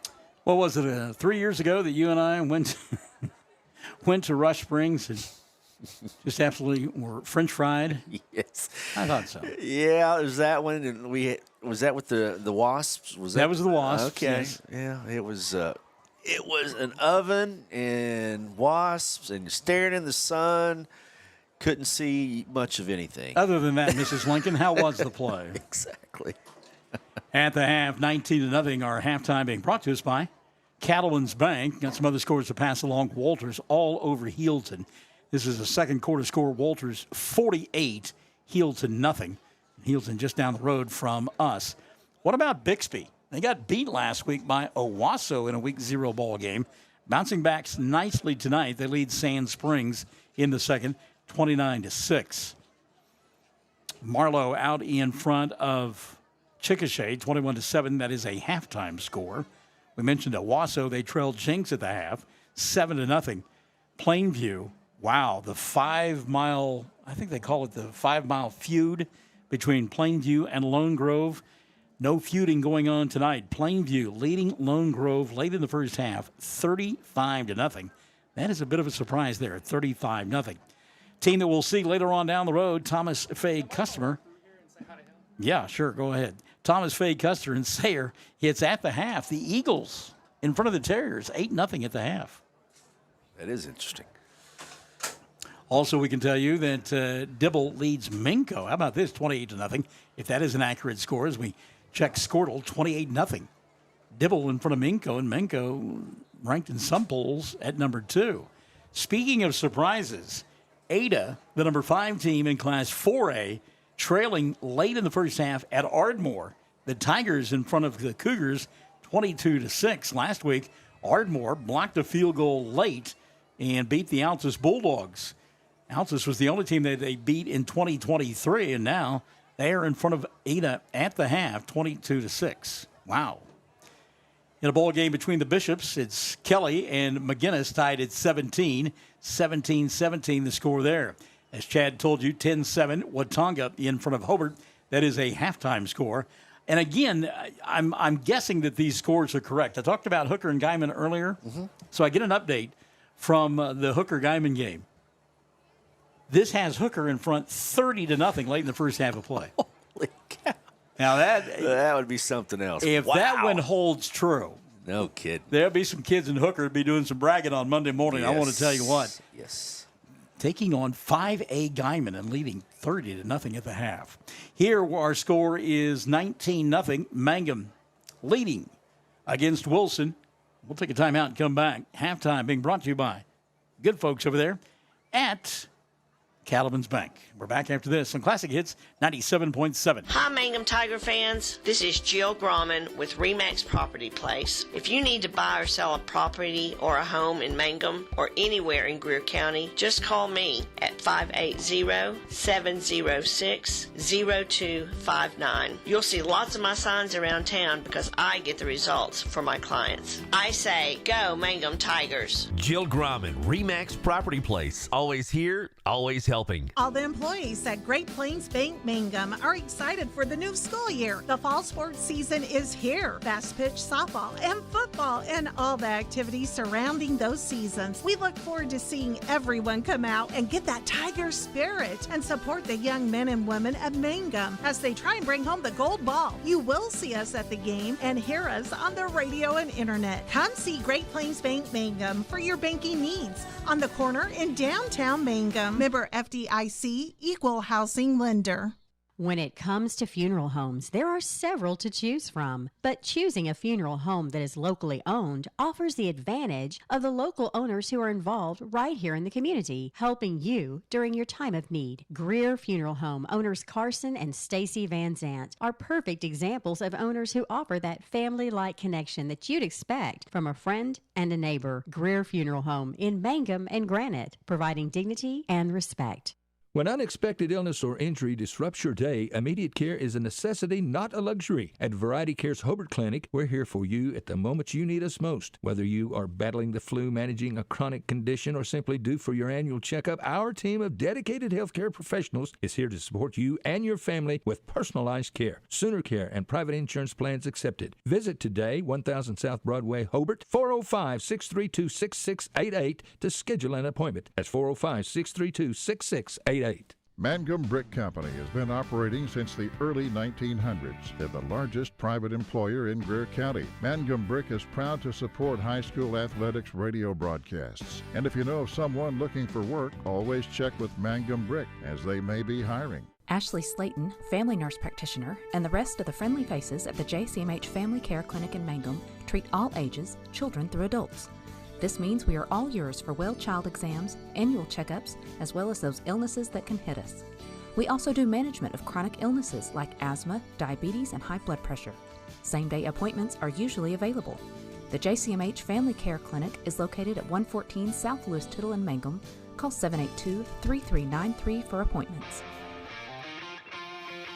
At the half, Mangum on top 19-0. Our halftime brought to us by good friends over there at Sovereign Bank. We mentioned Jenny Stidham's softball squad. They have been on a collective roll after they lost that ball game to Navajo on the 22nd of August. Listen to these scores now. They beat they beat Cordell 19-0, beat Merritt 8-5, Hooker 19-4, 18-0, Texoma Goodwill 11-0, and Texoma Goodwill 29-2. Ran into a couple of buzzsaws yesterday over at the Elgin Shootout, beaten by the Lady Owls 8-0, and then shut out by Healton 1-0. But back in action on Monday, they'll entertain Sentinel. Chad and I will be there for that. Duke on Tuesday, and then they'll close out the regular season inside district play as they will entertain Merritt on Thursday. And then, of course, we've got football coming up on Friday. So a busy week next week indeed. Lady Tigers 13-7 overall, 5-0 inside the district. The point differential, the run differential, it should say, it says points, but it should be run differential 43. The next closest competitor, Hooker, -10. So regardless of what they do, I believe they will wrap up the district title on Thursday as they will entertain Merritt. Again, we'll have that ball game for you here. Debbie Delahunty Davis has joined us. Lois Dunn says, good job, Mangum. And indeed, that is the case. So, go back to college football for a moment. Arkansas and Oklahoma State renewing a rivalry that was there for years and years and years and then went away. Your thoughts on that ball game tomorrow at Boone Pickens? Well, I think the Cowboys are going to win. Arkansas did score 70 on Pine Bluff last week, but that's Pine Bluff, but still got an SEC opponent coming to town, and I love those games though that are regional like that, where fans can make that drive. You know it's going to be packed, and Arkansas fans are going to be there doing their pig suey and all such as that. Well, Cowboys got their hands full last week with the Jackrabbits. So, They did. You know, but again, good football team there. So it'll be interesting to see. And then you mentioned Oklahoma taking on Houston, and the Cougars, they've kind of fallen on hard times. Yeah, Willie Fritz comes over from Tulane, the Green Wave, and he beat Lincoln Riley in a Cotton Bowl game with Caleb Williams, but he takes the Houston job. I think he's going to do just fine there, but it's going to take them some time. And with the transfer portal, they've got a ton of new players, and we'll see. That's a lot of points, though, 28, 29 points or something like that. More than that, isn't it? Yeah. Is it 40? Yeah, I think so. My good buddy Mike McAlexander has joined us. Hi, Mike. How are you? Mike. Hope that you are doing well this evening on this. It's turned out to be a rather picturesque Friday evening. Weather beginning to cool down a little bit, little by little by little. And soon, fall will be upon us, like at the end of the football season. So I want to shift gears for a moment and ask you a question, because there may be some hand-wringing and teeth gnashing that is going on with fans of the NFL. In tonight's ball game in the National Football League from south of the equator that can only be found if you stream Peacock. Right. What are your thoughts on that? I don't think that they it's all for money, and they're trying to get it to a new market. But I'm not crazy about having to subscribe to 20 different things to watch NFL. But NFL is makes the most money out of all the leagues, and so they can do what they want to do, how they want to do it, and they will. They print money. It's unbelievable. Yeah. So going to be in Brazil, and for those of you who do not subscribe to the Peacock Network, it's Green Bay leading 12-7 over Philadelphia. 10:16 left in the first half of play. Let's see here. I subscribe to Peacock simply so I can watch Homicide Life on the Streets. There's something silly about that you watch that. Oh, yeah. You picked that up. It's psycho murder stuff, huh? Oh, yeah. Helps me sleep at night. Something's got to. Exactly. Oh, Michael. Second half on the way. Mangum leading 19-0. And again, they'll return to the friendly confines of the Liberty Bowl next Friday night as we will entertain the Bearcats of Hobart here on Classic Hits 97.7. And if you haven't noticed or you didn't see, there are only 4 home games this year for the Tigers. So keep that in mind as you make your plans for next Friday night. Just 4 home games on the schedule this season, due in part because the schedule had to change when the redistricting took place after the lawsuit that was part of some of the other schools. So anyhow, we won't get into that. OSSAA, and we'll return for the second half. 19-0, Mangum on top here on Classic Hits 97.7. We yell loud and proud because we love the Mangum Tigers. This is Lori Laughlin from Cattlemen's Bank, member FDIC. On and off the field, we support the Tigers through and through because once you're a Tiger, you're always a Tiger. And Cattlemen's Bank is Tiger proud. Folks in Mangum know what to do when they need to quench a thirst, curb a hunger attack, or cool down with an ice cream. They just make the Loop at 918 North Lewis Tittle in Mangum. The Loop, supporting the Mangum Tigers and Lady Tigers. Hey, come on by the Mangum Tag Agency at 108 East Pierce in Mangum for all your vehicle tag and registration needs. Driver's license, ID renewals, including CDL or Add Real ID. We now offer initial issuance and out-of-state driver's license and ID transfers, and we issue Pike Pass. For fast, friendly customer service, come see Tom, Cynthia, or Adam. We're here for you. Check us out online at mangumtag.com. For tag renewals and more information, phone 580-782-3004. The Mangum Tag Agency says, Go Tigers! TCLC is a family-owned 5-star daycare center that has been caring for children for over 45 years. The owners of Tiger Cub are proud to serve the Mangum area and support the Mangum Lady Tigers and Tigers on the radio and streaming. Tiger Club Learning Center says, Sovereign Bank is your bank of choice. Sovereign Bank is a proud supporter of the Mangum Tiger Athletics. Supporting our schools and athletic programs is a top priority. Hear us roar, Go Tigers! We're cheering you on all season long. Sovereign Bank, empowering our youth with the freedom to dream. Sovereign Bank, member FDIC, equal housing lender. Triad Home Health in Mangum is locally owned and offers nursing, physical therapy, occupational, wound care, IV therapy, and more. All administered by people who go above and beyond for you. Phone Triad Home Health today at 580-782-5800. That's 782-5800.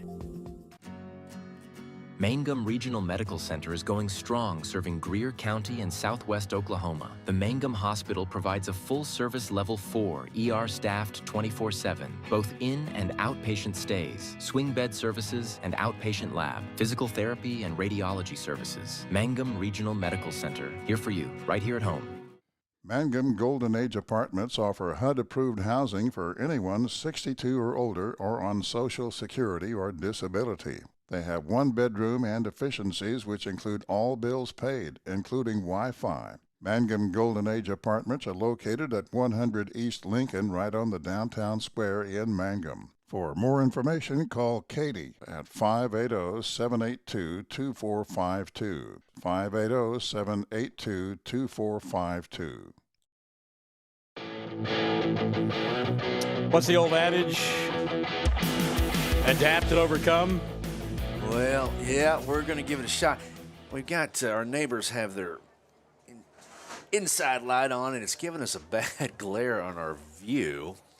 And the camera seal is right in the line of the camera lens. And all that means basically what you're seeing on the screen is blurry. And that is not good. No, bueno. Fuzzy as wuzzy is what you're saying. Yes. I want to say hi to Lois D. Dunn. She says, good job, Mangum, in that first half of play. Second half, getting ready to get underway here. Third quarter brought to us by Triad Home Health. Mangum will get the ball to begin the third frame.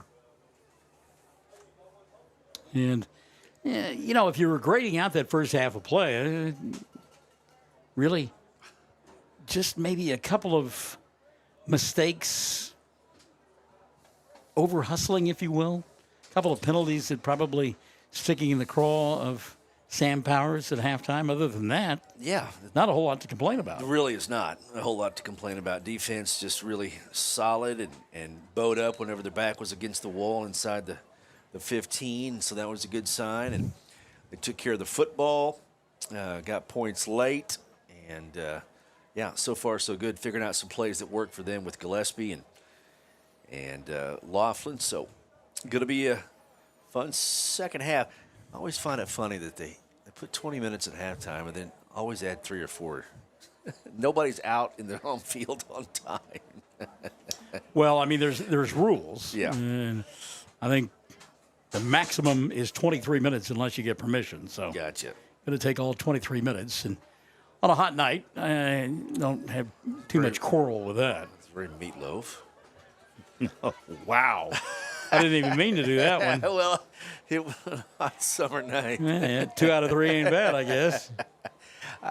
Hopefully, folks, we can get this a little bit focused up, but I'm not too confident right now. We've got... I cannot get...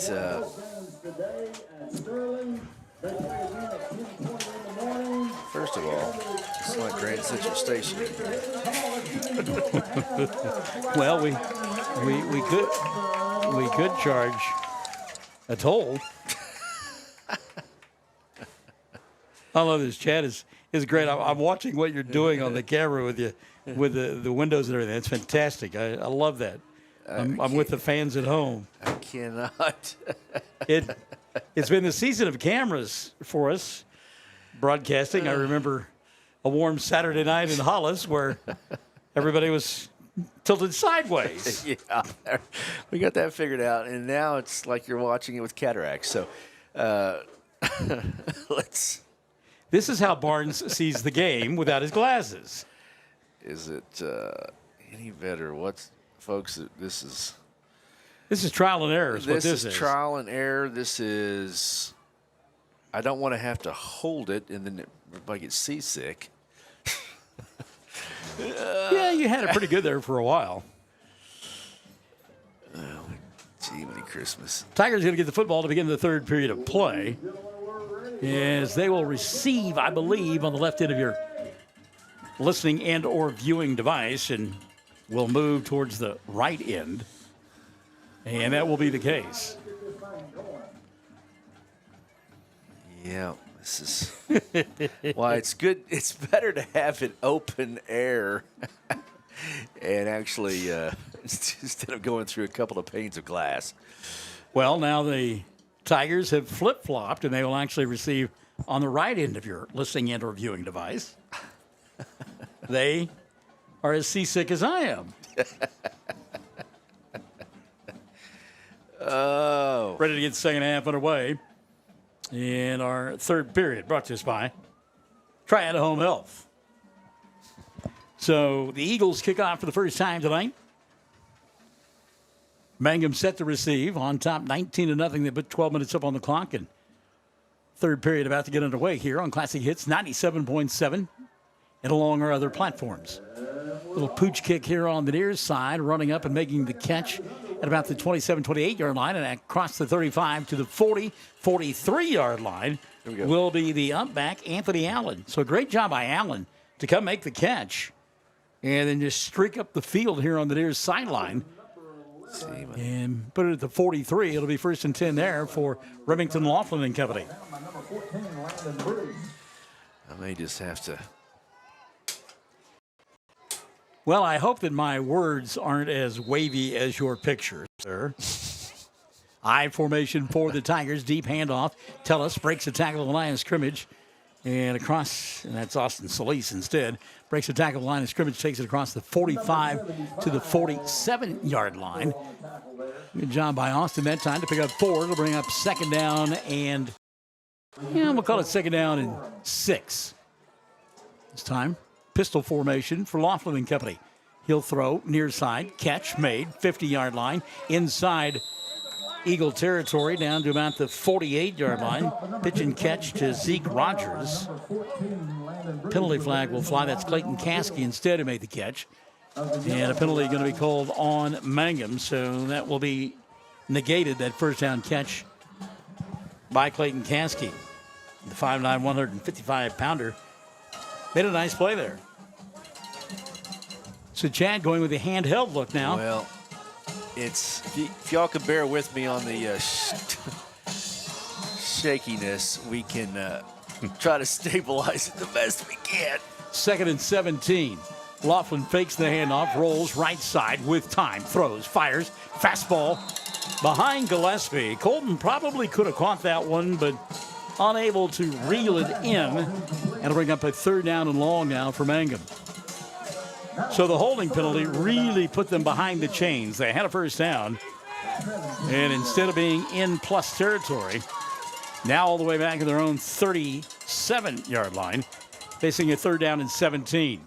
Laughlin with a couple of wide receivers here on the near side. Now Gillespie going to go in motion.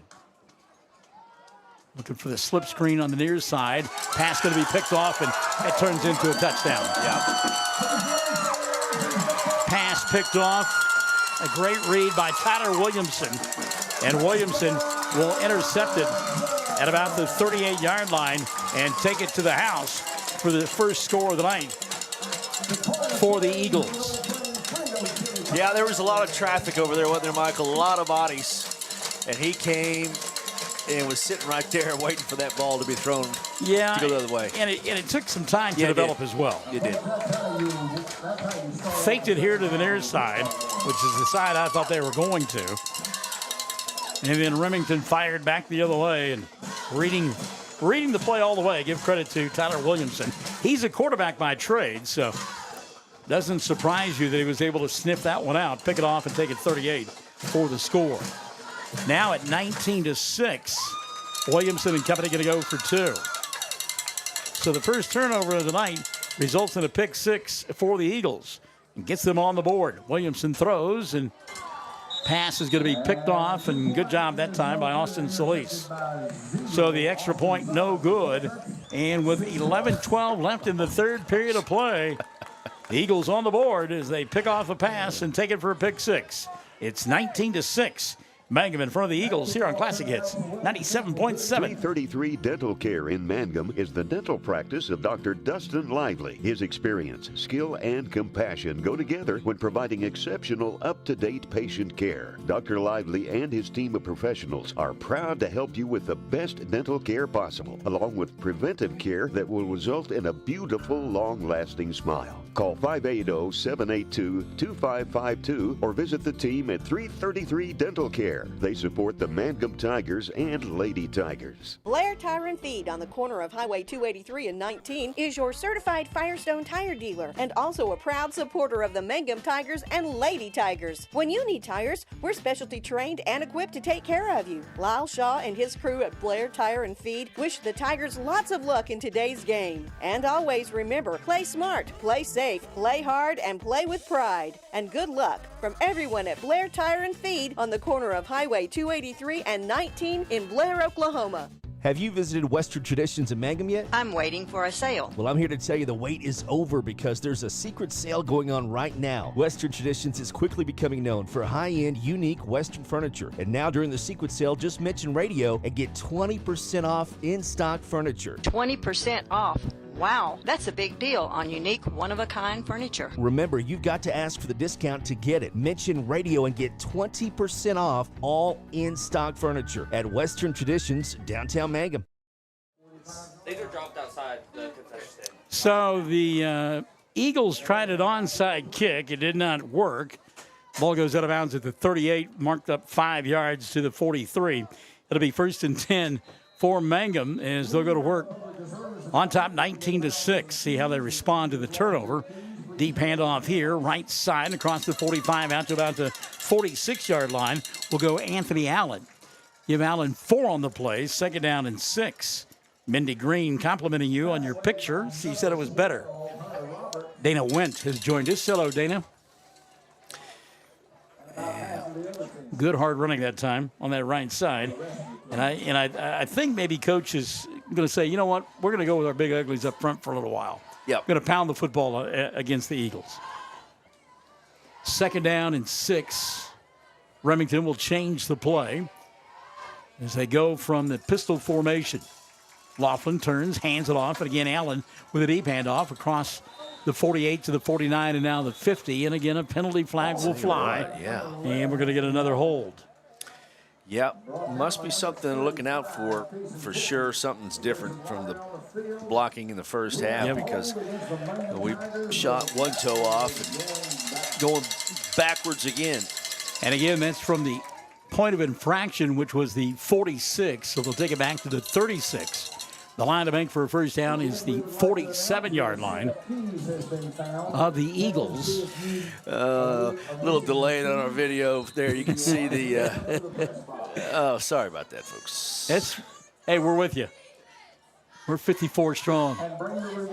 So 2nd down now and long for the Tigers. Laughlin wants to put it up, has time, throws, far sideline, got a man, passes in and out of the hands of a wide open Landon Hutton. They'll bring up a 3rd down and long.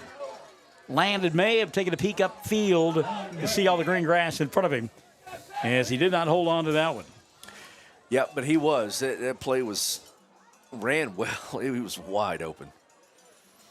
So 3rd down now, 3rd and long for Mangum. 2nd possession in a row where a holding penalty has put them well behind the chains. Again, Remington will change the play. 2 wide receivers here on the near side, 3 split to the far side. Empty backfield. Laughlin, plenty of time. Going to go upstairs. Has a man open. Pass is caught down the far sideline by Gillespie for a first down. Great job by Colton to adjust to the football and make the catch inside Eagle territory.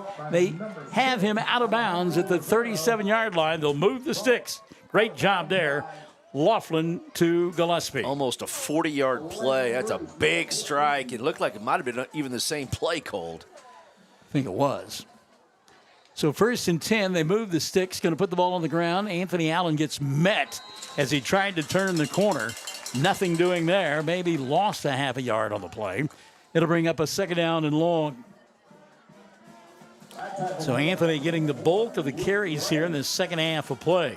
5'8", 150-pound senior. Get that clock going. Chew up some yardage. 9:30 and running in the 3rd. Allen, inside handoff on the reverse. Ball bobbled. Laughlin will pick it up. Remington going to get hammered in the backfield. Well, going to be some coachable moments here in the 3rd quarter, isn't there? Well, the mesh just wasn't there. And again, I don't know if we don't see a back looking upfield rather than securing the football. Remington picked it up. Yeah. Kind of dangerous because he got his head shoved between his knees. 3rd down and about 15. Again, Mangum going to change the play. They got 2 wide receivers here on the near side. Gillespie is in the slot. See if they don't look towards him. They do. He'll make the catch. Get him in space. Tries to break a tackle. Does. Has the 35 down to the 33-yard line, but well short of a first down. And gets him back to about the original line of scrimmage. 4th and 10. Going to go for it. Well, you have to. Yep. Jill DeRusha says, go Tigers. Donna Terry is watching. 4th down and 10 now for Mangum.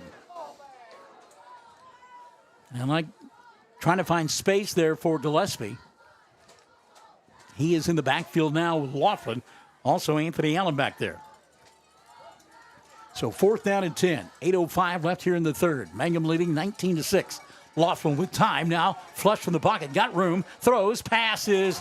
Picked off on the deflection, and back the other way comes this group from Wilson with the football, as that ball was picked off by Alex McKendrick. Yeah, seeing a whole new defensive attitude from Wilson. The ball's been in the air a couple of times, and like you said, been picked off. That one was a deflection. We just thought it was going to hit the ground, but it went right into the hand of the stomach of the defender and back the other way with a good return. Well, you know, we talked to the superintendent from Wilson, and he told us last week that this group from Wilson led Apache late by 10 points. That's right. And felt like they should have won the football game. That's right. So, no slouch. Even though you lead 19-0 at halftime, game not in the bag. So now the defense going to have to turn things up here for Mangum. 7:55 left in the third. Mangum on top, 19-6. They've turned the ball over twice now on the defensive side. And pass out in no man's land. Great pressure. You're looking for a grounding call, and I think if we were in the NFL, you would probably get it. Not sure he got quite out of the pocket. There was a receiver within 10 yards. Big Jake Green was in there harassing the quarterback. Remington Laughlin there as well. As it is, it's an incomplete pass. 2nd down and 10. I'm not sure that the Tigers really believe that the Eagles can run the football against them. And so they are just kind of pinning their ears back now on that defensive side of the football. 2nd down and 10. Lori Nippert Laughlin has joined us. Jennifer Reiser, Diane Taylor as well. 2nd down and 10. Man-to-man coverage here on the near side. We'll send a man in motion. Little pop pass to that man, trying to turn the corner. Not going to get it done. Penalty flag will fly. And that's some big strong hands there making the tackle, Aiden Augustine. Well, that gentleman he found his flag at halftime because he's called 3 different holding plays in the first 4.5 minutes. Yeah, the umpire making that call there. And you're right, called 2 against Mangum, which really hampered them on both drives. And now a holding penalty has been called against Wilson. Comes with a 7:37 showing on the clock here in the third period of play. 2nd 20. But again, how about Augustine? I mean, the back thought he was going to get to turn the corner, and McKendrick got dragged down by one hand. Big Paul got out there and just pulled him down. Yeah, Augustine going to be the strongest guy on the field pretty much every week in Class A. And that young man is he's a beast. He's a beast. Play clock down to 5. Eagles going to have to hurry and get this one off. Down to 2, 1, and did they call a timeout prior? Yes, they did. Timeout going to be taken by head coach John Williamson and company. So we'll take one as well. 7:35 left here in the third, 19-6. Mangum on top, but it's precarious at best on Classic Hits 97.7. We are a community of ongoing legacy and tradition. This is Jacob Gilner from Cattlemen's Bank, member FDIC. We are so proud of the continued success of Mangum Tigers and Lady Tigers, on and off the field and court. Good luck on another exciting season, Tigers. Cattlemen's Bank is behind you all the way. Something you should know about the Kendall Law Office. The Kendall Law Office is family-owned and local. They use up-to-date technology to ensure their productivity provides timely service to clients, and this always includes client access to our firm via email and text. Corey Kendall is experienced, hardworking, and honest. He always puts the client first, and all efforts are focused on the client's best interest. The Kendall Law Office, locations in Altus and Mangum. 7:35 left in the third. Mangum on top, 19-6. 2nd down and 20 for the Eagles out of that timeout. It saved them 5 yards on a delay of game. Pistol formation for Williamson. Coach's son now. He'll come up underneath center with a single back. Going to put a man in motion. They'll fake the handoff. Williamson rolling, wants to throw, has time. Now getting flushed, getting chased, and Laughlin will knock him down. Was he in the grass when he threw the football? Yeah, they're going to call it an incomplete pass. It'll be 3rd down and 20. Great job by Remington chasing that time. And Williamson able to get rid of the football in the nick of time. Threw it into no man's land. And we've had one pick six here in this third quarter of play. That's how Wilson got on the board. And That could have been a pick six right there if Mangum could have come up with a football. Yeah, I had that window pane block some of that into that play, but we do have a decent focus on the camera, so we're having to kind of fight several factors. Folks, kind of bear with us. We have an ESPN production, but we don't have ESPN facilities. Or budgets. Well, then there's that. 3rd down and 20. Pass out in the flat, caught, and tackled for no gain on the play. Chad with a little, because the big hit there as the catch was made. Yeah, he got clobber knocked, but then Tiger was holding on to the leg, and he was still trying to hop along, and he just got lit. Gavin Williams was holding on to the leg. So 4th down now. Oh, we got another dead ball foul. Mangum lined up in the neutral zone, so a 5-yard mark off, and we'll replay 3rd down. You and I spoke way too soon at the end of the halftime about not too many mental mistakes to talk about. Yeah, 2 good quarters and one to be able to teach practice next week. So that will keep the drive alive now for Wilson. The 5-yard mark off with 7:08 left here in the 3rd. And it'll bring up a 3rd down at about 15. Line to make for the first down, the 45-yard line of Wilson. Shotgun formation for Williamson. Gets pressure, now has time. Rolls near side, wants to throw, has a man, pass going to be out of bounds. Good defensive coverage downfield by Laughlin and Gillespie, and another penalty flag will fly.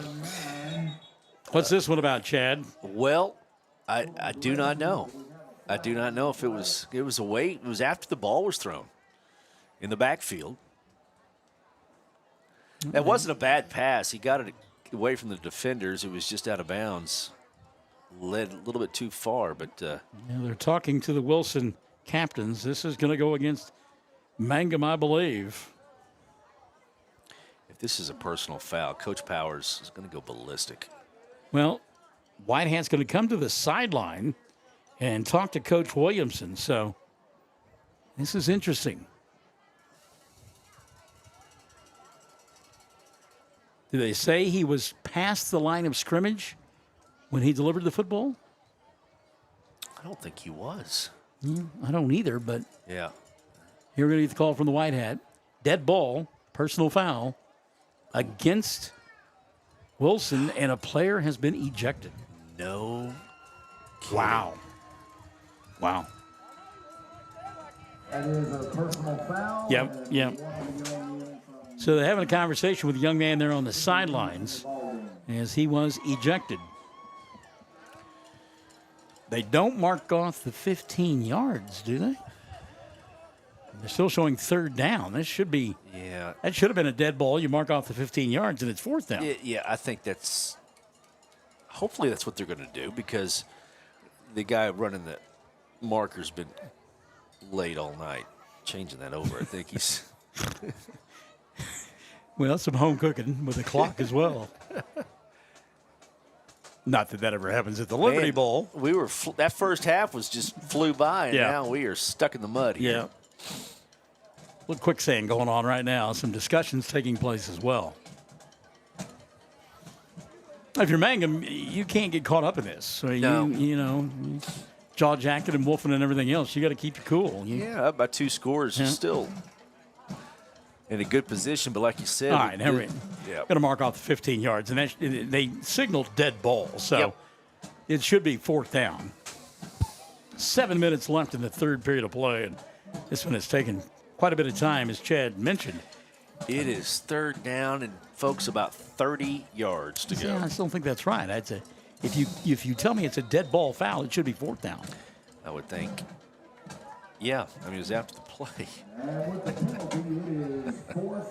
Yeah, they've got it right. The down marker is still showing 3, but I believe it. Yeah. No, they're going to leave it at 3rd down. Okay. Let it go, Barnes. 3rd and forever. Got to be smart here if you're Mangum. Williamson with time, looks middle of the field, now flush from the pocket, got all kinds of room. Look out. He's got the 25, 27, 28, now knocked down at the 29-yard line. Good open field tackle there because he was off to the races. If that play is not turned in by one of the big fellas chasing from behind, I think that's Shane Lee, 5'11", 215, chasing from behind to make the play in the open field.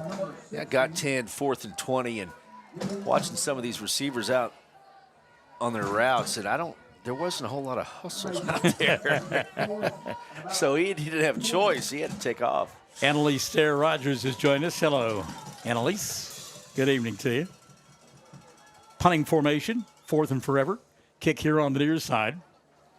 Gillespie will watch it hit. And it pitches forward inside the 35, down to about the 32-yard line. 1st and 10 there for the Tigers. And if you are Mangum, with 6:10 left here in the third period of play, now's the time to have a long, sustained drive. You're up by 13, 19-6, and you shot yourself a couple of times in the foot here in this third quarter of play on the offensive end. Yep, 3 yards in a cloud of dust here. Let's just keep the chains going and drive down and score, use a ton of clock. Austin Solis, who we did not see in that last offensive possession, now back in the backfield for Mangum. Split out here on the near side, Zeke Rogers. 1st and 10 for the Tigers. Two-back look here.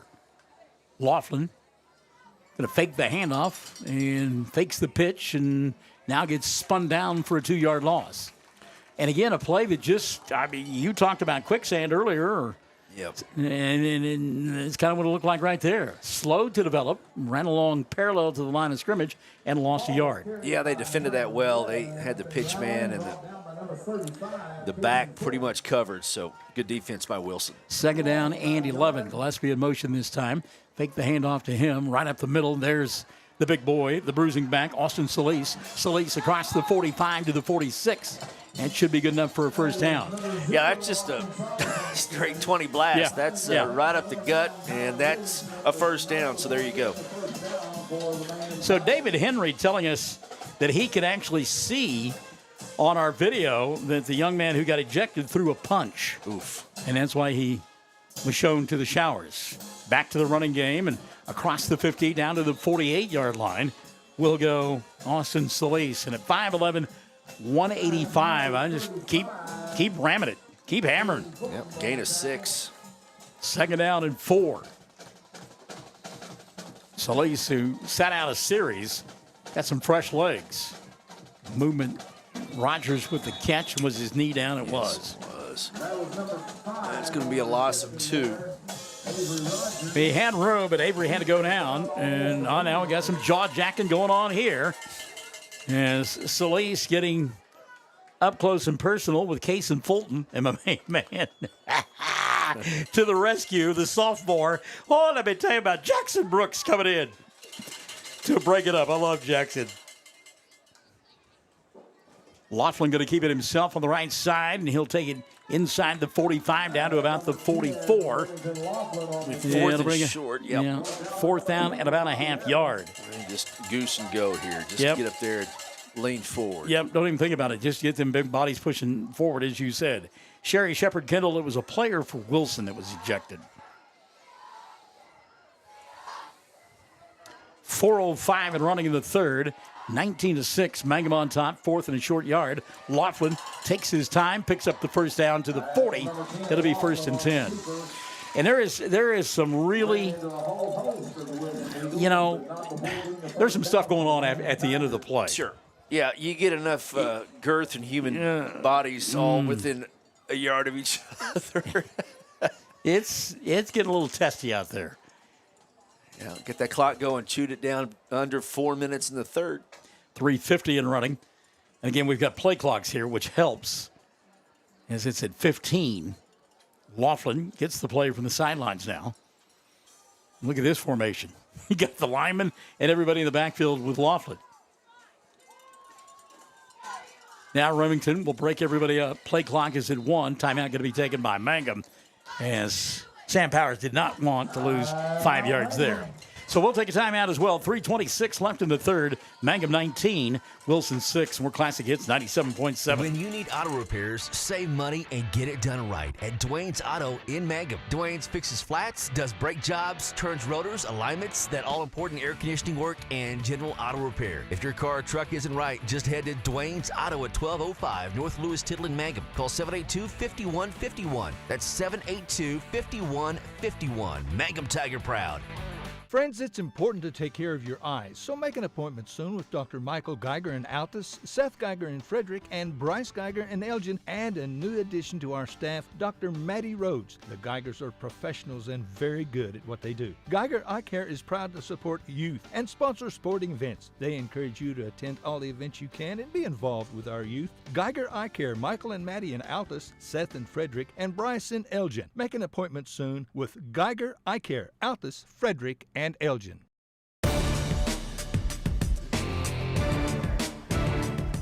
3:26 left here in the third. 19-6, Mangum on top. They have the football. 1st and 10, right at the 40-yard line of Wilson. And again, clock is the friend of Mangum. I know we're just in the third period of play, but you saw how quickly things can change with that pick six.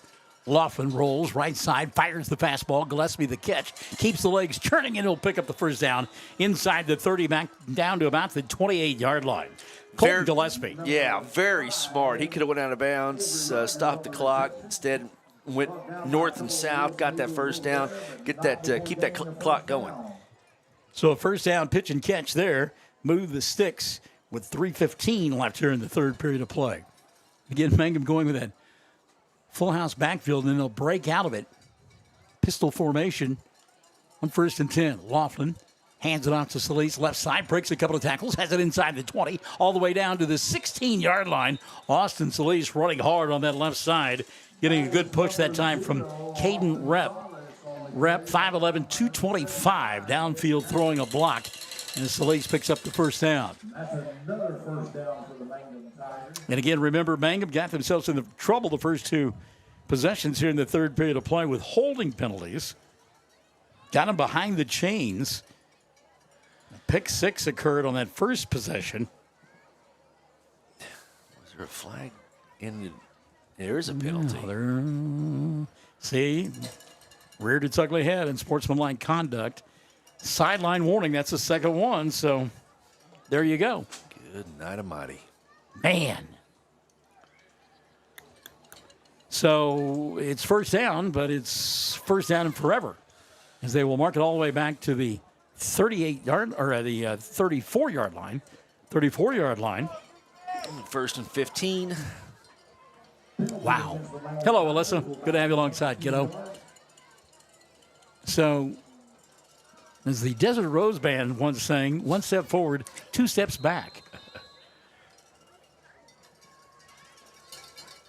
Inside handoff, Solis trying to break out of the tackle. Can't get it done. He does drag the defender down to about the 31-yard line, so Austin will pick up 4. It'll be second down. I think he may have only got a yard. That was a nice play. Wow. By number 20, Bobby Adams. I tell you what, he's not a big guy, but he came in and made a nice tackle. Yeah, said his knee touchdown. You're right, after a yard gain. I had him for 4.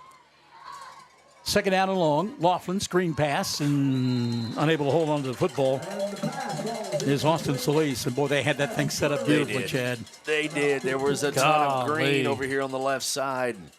Just could not hang on to it. They had Case and Frias out front. That big ugly was ready to wipe somebody out.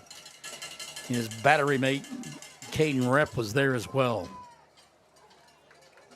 So third down and long now. It's 4-down territory if you're Mangum. Don't have to get it all right here. Pistol formation, Laughlin with time.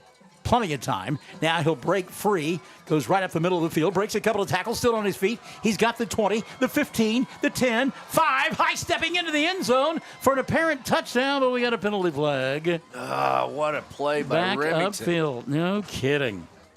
That was all Laughlin. Yep. Great job by Remy on that one, and it's all for naught. My goodness. Love the little high step down the far sideline. Holding going to be the call. This is from the point of infraction, so instead of a touchdown, it's going to be 3rd down and about 5. And they'll make closer to 6. Wow. Well, 2 down territory, so here we go. Yeah. But again, you've negated some nice plays here because of mental mistakes. And again, that hold, it occurs where it really doesn't have an impact on the play. I know kids are hustling, and I don't want to fault them for that. But all right, 3rd down, inside a handoff. It'll go to Avery. Rogers bowling over a couple of tacklers. He'll take it inside the 20, down to about the 18. Going to be close to a 1st down. Avery Rogers on the inside handoff. It is. A little reverse, and they gave him the 1st down. Good job by Avery. Rogers running hard in the middle of the field. He'll pick up the 1st down. Meantime, the clock continues to move. 1:15 left here in the 3rd. Mangum leading 19-6. Laughlin out in the flat. Pass is caught by Rogers. He'll weave his way through traffic, and then get thrown back after about a 2-yard gain. That'll bring up a 2nd down now, as we've slid inside of a minute here in the 3rd quarter. Brought to us by Triad Home Health. Yeah, he made that a plus play out of nothing. 2 on the play. 2nd down and 8. Laughlin hands it off to Solis right up the middle. He breaks tackles, runs over a couple of people, spins into the end zone, and he will score the touchdown from 18 yards away. So Austin Solis just took that right up the middle. Said to the Big Uglies, here I come. Give me a crease, and I'm going to score, and he did. Cannot say enough about those guys up front. They really opened up a huge hole on that right side, leading the charge. Caden Rep for the Tigers, who now will go for 2, leading 25-6 with 38 seconds left in the 3rd. Laughlin going to keep it himself on the left side, and he'll walk into the end zone for the 2-point conversion. So with 38 seconds left here in the 3rd, Mangum, despite all the issues that they've had here in this 3rd period of play, now lead it 27-6. 27-6, 38 seconds left in the 3rd. We're back after this on Classic Hits 97.7. Did you know the freshest and most beautiful long-lasting flowers always come from Flowers Unlimited in Mangum? If you want to send flower arrangements that look and smell great and last a long time, your best choice is to make that local phone call at 580-782-2122 for fresh flowers, silk flowers, gift selections, collectibles, memorials, and bereavement gifts. Make that trip to Flowers Unlimited, 113 South Oklahoma in Mangum. Greer County Farm Bureau agents Mickey Lively and Rod Calhoun support high school sports. Mickey and Rod offer insurance for property, auto, casualty, life, commercial, and crop insurance.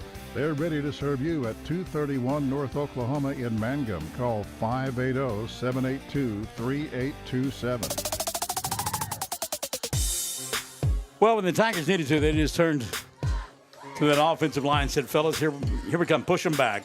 We're going to come after them. And you can just tell the physicality is wearing out this team from Wilson here on the near side line. Look at the number of guys that have taken a knee or bent over at the waist. Yeah, it is starting to wear down. Wilson here in the 2nd half. What turn of events in Hobart, Mangum's next opponent. Hobart was trailing 10-7 at half, and now they lead 27-10. Onside kick that will finally be fielded at about the 38-yard line by one of the upbacks for Wilson, and his Bobby Adams. Good job by Adams to make the play in no man's land. 1st and 10 now for Wilson with 35 seconds left here in the 3rd quarter of play. Hobart is playing Watonga, is that correct? Watonga, yes. Taking on the Eagles, and they lead it 27-10? Yes. Oh, there you go. That'll be fun next week. Colt Allison's team. Yeah, no longer district opponents. That's just crazy. Yep. You know? Just crazy as all get out. So 1st and 10 for the Eagles as they have it pretty good field position at their own 38-yard line. 35 seconds left here in the 3rd. Williamson from the shotgun, as he has been almost all night long, wants to throw. And the pass is caught by the big tight end for a short gain.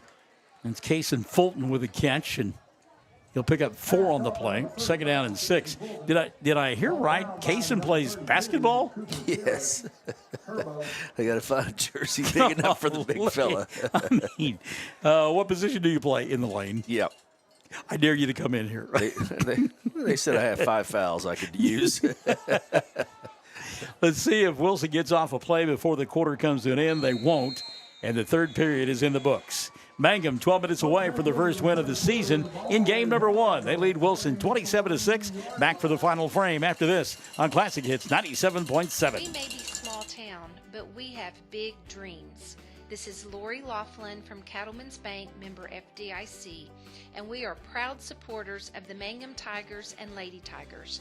To all the athletes this season, give it your very best because Cattlemen's Bank is cheering loud and proud, and we're behind you all the way. Granite Drug Company would like to thank their customers for shopping local. They're proud to offer pharmacy services, including immunizations, Dispill personalized medication management, health and beauty products, gifts for every occasion, and the soda fountain, open all day and serving lunch from 11 till 2. Remember, when you need prescriptions filled, tell your doctor Granite Drug Company.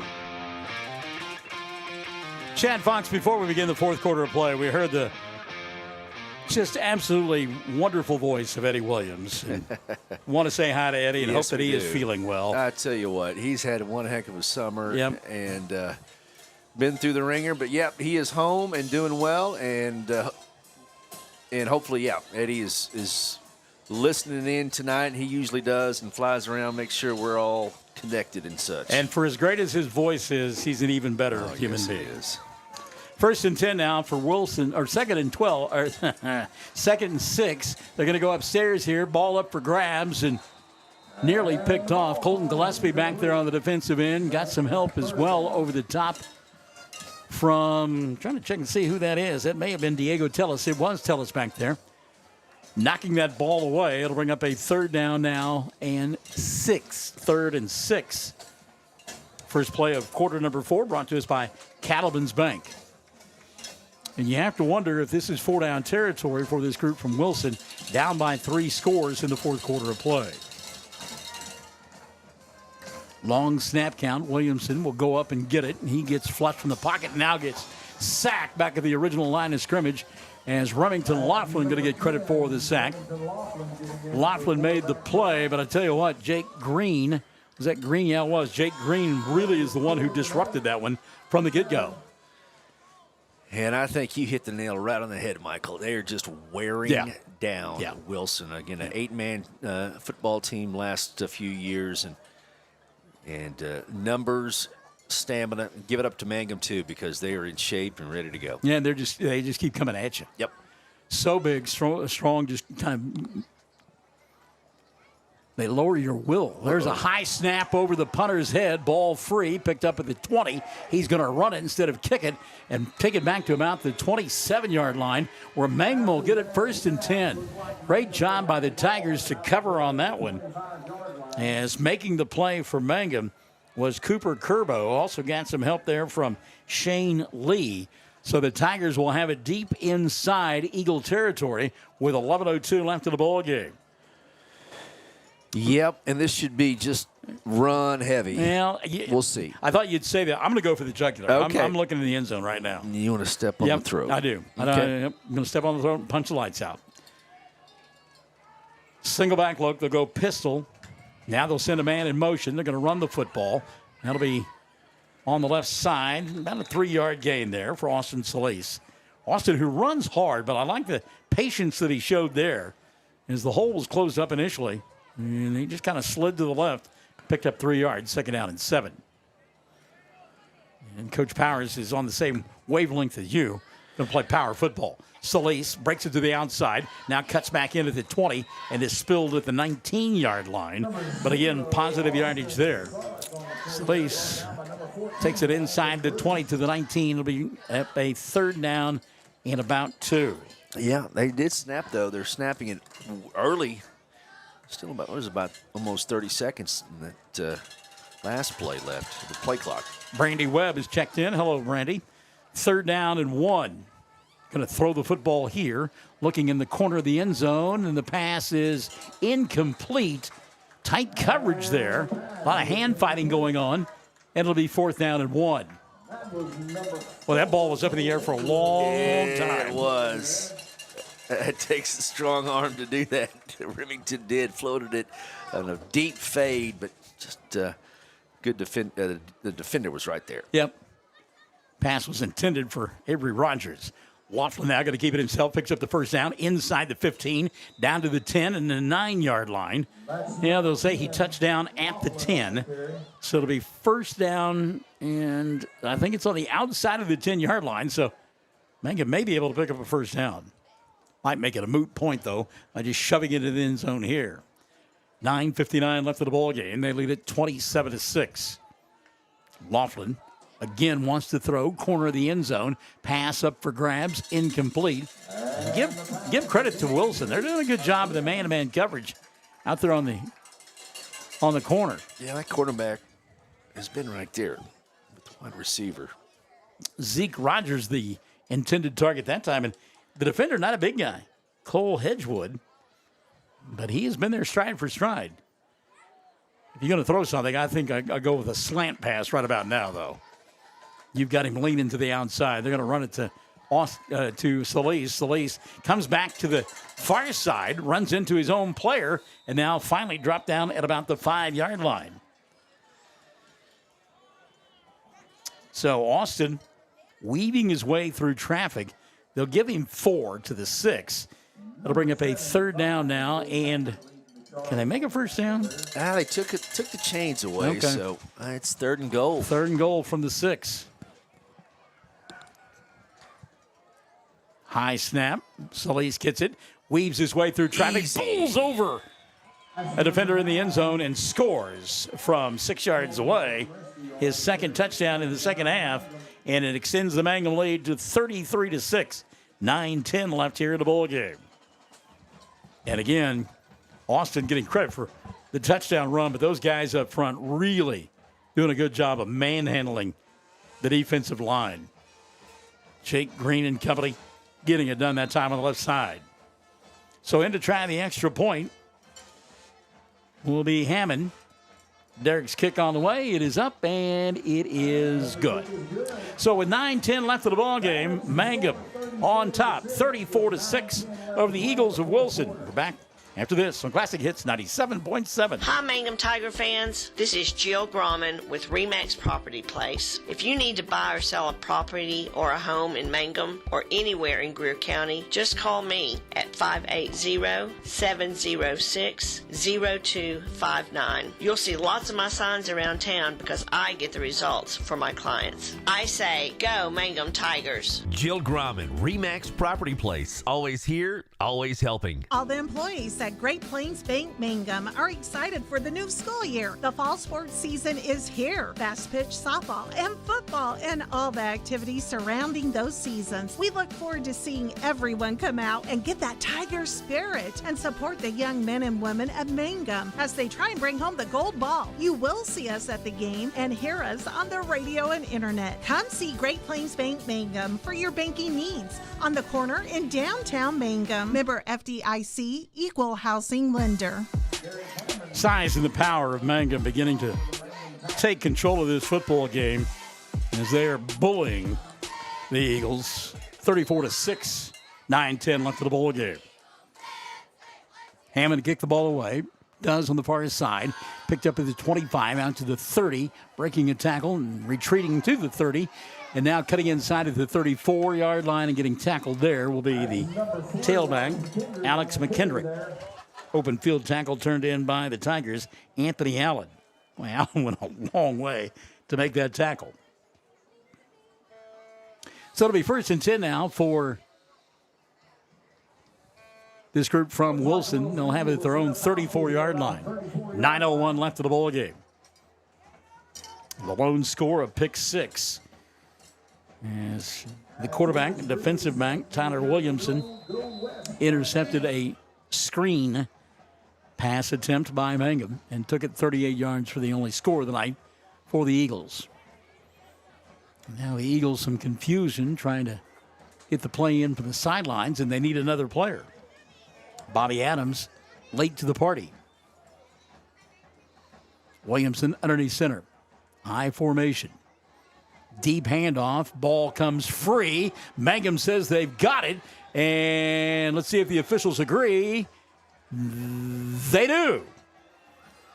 That was a train wreck from the beginning. It was. And it was a great play turned in by Trey Williams. Williams hit the quarterback as he was trying to hand it off to the tailback. Ball popped free. I couldn't see who came off the bottom of the pile with the football, but Mangum will get it at the 29-yard line of the Eagles, and they can salt this one away here. So the first turnover of the night for Wilson gives great field position for Mangum. 8:55 left of the ball game. Folks, it was 19-6. Not that long ago. Yeah, now 34-6. Laughlin directing traffic in the backfield. Still plenty of time on the play clock. Remington will hand it on to his tailback, and a big hit. And a hat comes off. Yeah, that's that Bobby Adams. Yeah. I tell you what, he is not big, but he will strike you. Big collision there with Austin Solis, and Austin lost his hat, so he'll have to set out a play. And Bobby a little bit frustrated because remember on that play where the ball was fumbled, he was late getting there. And I think he may have felt a little bit responsible. So he came in like a missile that time, made a big hit on Solis, a loss of 1, second down and 11. Clock running, 8:45 here in the fourth. Mangum on top, 34-6. Toss going to go to Gillespie. Colton turns the outside, breaks a tackle, still on his feet. Got the first down and more as he's dragged out of bounds across the far side. Inside the 20 at about the 18-yard line. And no flags. No. And that kid can run. Yes, he can. I told you he was fast. One of the few times we've seen him out in space where he's been able to run. Seen the quick feet more than once here this evening. He's caught a touchdown pass, keeping the feet in just inside the end line. But that's the first time he really had an opportunity to kind of pin his ears back and run in space. Gets the first down. Stops the clock with 8:59 or 8:29 remaining. They go back to Gillespie, and Gillespie runs into the defender and takes him inside the 5-yard line to about the 4. A late penalty flag will fly on the play as well. That was a good run. Again. Well, and he's just so quick to the hole, and then he's moving forward as he is hit. That's the thing about Colton. He's always falling forward. White Hat tells us we've got a face mask called on the Eagles, and that will put the football even closer to the goal line for Mangum. At the 2 or 3 yard line. 8:22 remaining. Laughlin going to keep it himself and leans forward, and he is in the end zone for the touchdown. So Remington with the 1.5-yard run, his second score of the night. And Mangum now 40 on the board with 8:12 left of the ball game. And you talked about it. It was not that long ago. It was a 19-6 ball game, and this thing was teetering. Yeah, 21 unanswered points. Mangum has really leaned on Wilson and has been able to extend their lead. Kind of a sloppy third quarter, but rebounded there as we got the fourth quarter underway. Derek Hammond on to try the extra point. Gillespie holds. Snap is low. And Gillespie throws the ball, and do they get in for the 2-point conversion? No, just short. It was the football follies. Well, yeah, it was football follies and backyard football. Seen that happen a couple of times. A low snap, Gillespie not able to get the ball down, but he did a good job of scrambling. Couldn't get the 2-point conversion, and with 8:12 left of the ball game, Mangum in command, 40-6. We're back after this on Classic Hits 97.7. When it comes to funeral homes, there are several to choose from, but choosing a funeral home that is locally owned offers the advantage of the local owners who are involved right here in the community, helping you during your time of need. Greer Funeral Home owners Carson and Stacy Van Zant are perfect examples of owners who offer that family-like connection that you'd expect from a friend and a neighbor. neighbor, Greer Funeral Home in Mangum and Granite, providing dignity and respect. When unexpected illness or injury disrupts your day, immediate care is a necessity, not a luxury. At Variety Care's Hobart Clinic, we're here for you at the moment you need us most. Whether you are battling the flu, managing a chronic condition, or simply due for your annual checkup, our team of dedicated healthcare professionals is here to support you and your family with personalized care, Sooner Care, and private insurance plans accepted. Visit today, 1000 South Broadway, Hobart, 405-632-6688 to schedule an appointment. That's 405-632-6688. Sam Powers ought to get the opportunity to play some second-team players over the final 8-12. His club on top, 40-6. The band across the way waving their phones with their lights on. They want to be recognized on Classic Hits 97.7. Kickoff return by McKendrick, and McKendrick will get out to the 40. Ball came free. And, boy, I tell you what, still some banging and bumping going on well after the whistle. They said that McKendrick got on the football, so it'll stay in the possession of the Eagles. They'll have it 1st and 10 at their own 40-yard line. Got to keep a cool head here. Well, Wilson is sick and tired of looking at orange and black, huh? Tell you what. May have had a penalty at the end of that play because I see a conversation with a white hat going on right now. You come here to the near side, and, yep, illegal block in the back going to be called against the Eagles. So instead of the 40, they will move this one all the way back to the 20-yard line, as that was a spot foul. Well, yes, Wilson's going to be better here in a few years. They just moved up from 8-man. 8-man's a different deal. You know that. Oh, yeah. Heck yeah. And it's fast-paced, run and gun. It's fun. Fun to watch. I'm sure it's fun to play. But a little bit different deal. Bigger field, some bigger humans out there hitting you, too. Yeah, we've done a lot of 8-man games. Shattuck, Sure. Tipton, View, good yeah. clubs. Yeah. Mountain View, Godebo, you bet. All right, here we go. 1st and 10 now for the Eagles, and big hit in the backfield. Penetration on that right side by linebacker Trey Williams. Williams will knock the tailback down behind the line of scrimmage. Loss of 2. 2nd and 12.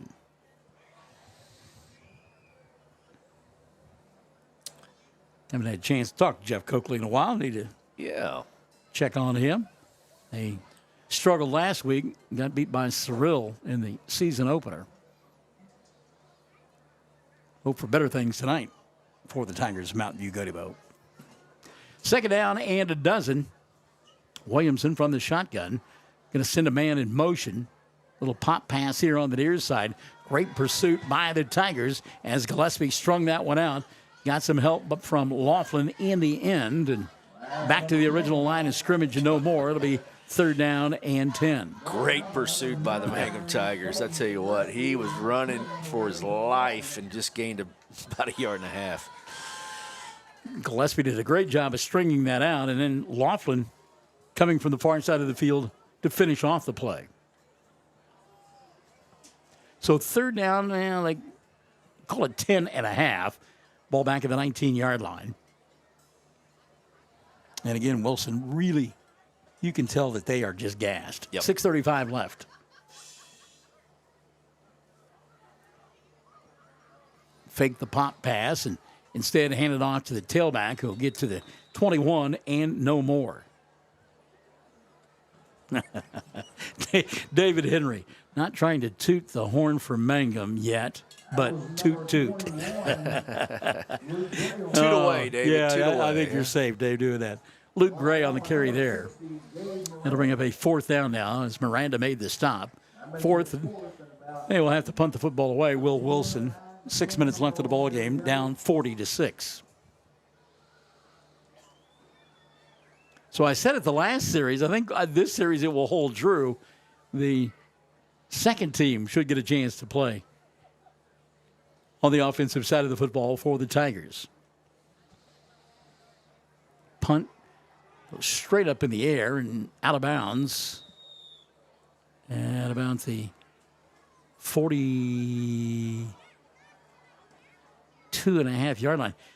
The official threw his flag, and I think that he's getting roasted by his teammates because I think he thought that was a kickoff, and that's why he threw his flag. And yes, that is the case. So the officials getting a little nap time in here as well. Well, it's hard to find a full crew. Oh, my goodness. He did. He thought that was a kickoff and threw the penalty flag. Gotta love it. By the way, the first team is still in there. Deep handoff and inside the 40 down to about the 38-yard line. Will go the tailback for Mangum. That may be Cray Manny who's coming to the contest. Going to see a lot of the same plays here. Get the win and get on the bus. And it was Cray. Cray lost his hat. And he'll have to go to the sideline for a play. So Solis will come back in. 4 on the play for Cray. 2nd down and 6. 5 minutes left in this one. Mangum, that far away from starting the season 1-0. So Austin with a handoff, and he'll get back to the line of scrimmage no more.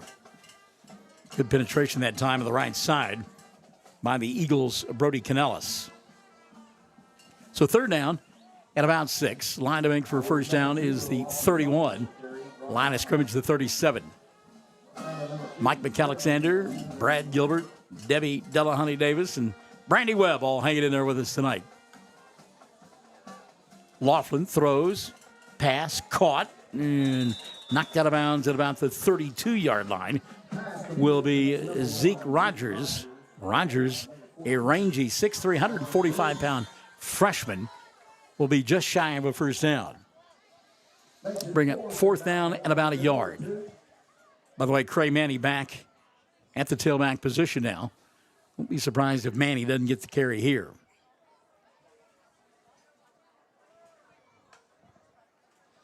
Nope, it'll be Laughlin instead on the left side. He'll get dragged down from behind. Didn't get it. Yep. Good job. Bobby Adams came down the line of scrimmage to make the play. Luke Gray there as well. Short of the first down is Laughlin. And Jennifer Reiser, you'll see Wilson go back on the offensive end with 4:11 left, trailing 40-6. Are you a little surprised that the frontline players are still in there? Well, yeah, maybe so. Again, this is early, and if you've done so well defensively that maybe they just want to keep that rhythm, momentum going. Big game next week for sure, so you want to be sharp as attack heading into next week. 1st and 10 now for the Eagles as they go to work at the 33-yard line. Straight handoff there, and submarining tackle. Knifing in on the right side, Cooper Curbo. Curbo, 5'8", 165, and a freshman. You know, you look at this roster, and I know that there are seniors up and down the line, but there are a lot of youngsters. Young talent. That are out there playing and playing quite well. I want to say hi to Sherry Bowen. We're talking about Mountain View Go-To-Boat not long ago. Sherry, hope all is well for you folks over there. Katie, Richard, and company. Bub, Josie getting her senior year underway over there at Mountain View Go-To-Boat. 2nd down and 10. Little pop pass here on the near side. And quite a collision there at the 38-yard line. Landon Hutton making the play is ahead of steam for Isaiah Gibson. Gibson will get 6 on the play. It'll bring up a 3rd down and 4. Debbie Smith-Pride has joined us in the broadcast booth for the final 3:07. Mangum on top, 40-6. Shane Lee in that defensive front now for Mangum, along with Aiden Augustine. 3rd down and 4. They'll send a man in motion. Hand it off to the diminutive tailback who takes it across the 40 out to the 42. He'll be shy of a first down by a yard. It's Cole Hedgewood, who's played very well on the defensive side of the football tonight. Making the play for Mangum defensively, Trey Williams. That was number 4, Cole Hedgewood on the carry. Hedgewood, no bigger than a minute, but he has played hard all night long. Yeah, if they don't get this, Mangum should be able to take a knee. So it's 4th down and about a yard. Big fellas up front. Gabe Miranda and company. Trying to shut this one down right now. Got a punter back there. Some confusion. And again, late to get a player in on the field and play clock down to 3, 2, 1. And there's the penalty flag or a timeout. And it's the timeout instead. 1:50 remaining. They're going to let the clock run. Well, 149 left. Well, we got a ton of softball next week. 40, Get to see 40 to 6. Yeah, 40 to 6. Sorry about that. No, you're fine. A lot of softball, yeah. Talk about it. Yep, we're going to be at right there at home, and that's going to be nice. Weather's supposed to be good. Monday, Tuesday, Thursday, softball, football with Hobart Friday. Man, oh man, what a time to be a Mangum Tiger. Sentinel on Monday. Duke on Tuesday. Wow. Merritt on Thursday. And then, as you mentioned, football on Friday. And if they win Thursday? The district champions. District champions. They will have swept the district. And that means home. Yes. For playoffs. We like that. Well, remember, though, they went to the bi-district thing a couple of years ago. So it's not quite a regional, super regional like they do in college softball, but somewhat similar. But you're right. I mean, they win the district, and they will get a chance to host the bi-district. So 4th and a yard, and apparently they will kick the football away. High end-over-end kick that Gillespie will let go out of bounds. And the official here on the near side does not throw his flag that time. And he will mark it out at the 40-yard line. So it'll be 1st and 10 for the Tigers, a minute 39 remaining. And you think it's time to take the knee? I think it is. Play clock. Once you start it, have to take it, 2 or 3 times here. But I think there is enough time on the play clock to do that. My old buddy Jackson Brooks, one of the first ones out there. No knee. No knee. Oh, no kidding. Let's go. A couple of weeks ago when we were over at Hollis doing softball, I decided to trade punches with Jackson. I'm still recovering. You need a handoff here. Oh, my goodness. Yeah. Deep handoff and across the 40 to the 41. We'll go the tailback who gets wishboned down. Whoa! Can't be doing that. So Cray Manny got upset at the end of that one, fired the football into the face mask of Cason Fulton. And that, you have to understand that he's kind of egging you on there. Yeah. I mean, he's a big kid, and he picks you up and he carries you back 10 yards. And Gillespie wasn't too fond of how he got dropped, and just took the football and threw it 100 miles an hour at his helmet. Yeah, that was Cray Manny who did that. Excuse me. Want to say hi to Jenny Hernandez. Joining us late in the ball game. Jenny, minute 30 remaining, 40 to 6. Mangum on top, unsportsmanlike conduct called against Manny. Yeah, now you got some reserves in there. Lavatar Fulbright says, good job, Tigers. The good news is they did not eject Manny. Yeah. It's kind of what I was waiting to see, and they did not. He's probably going to finish the game on the sidelines, but, part of that is,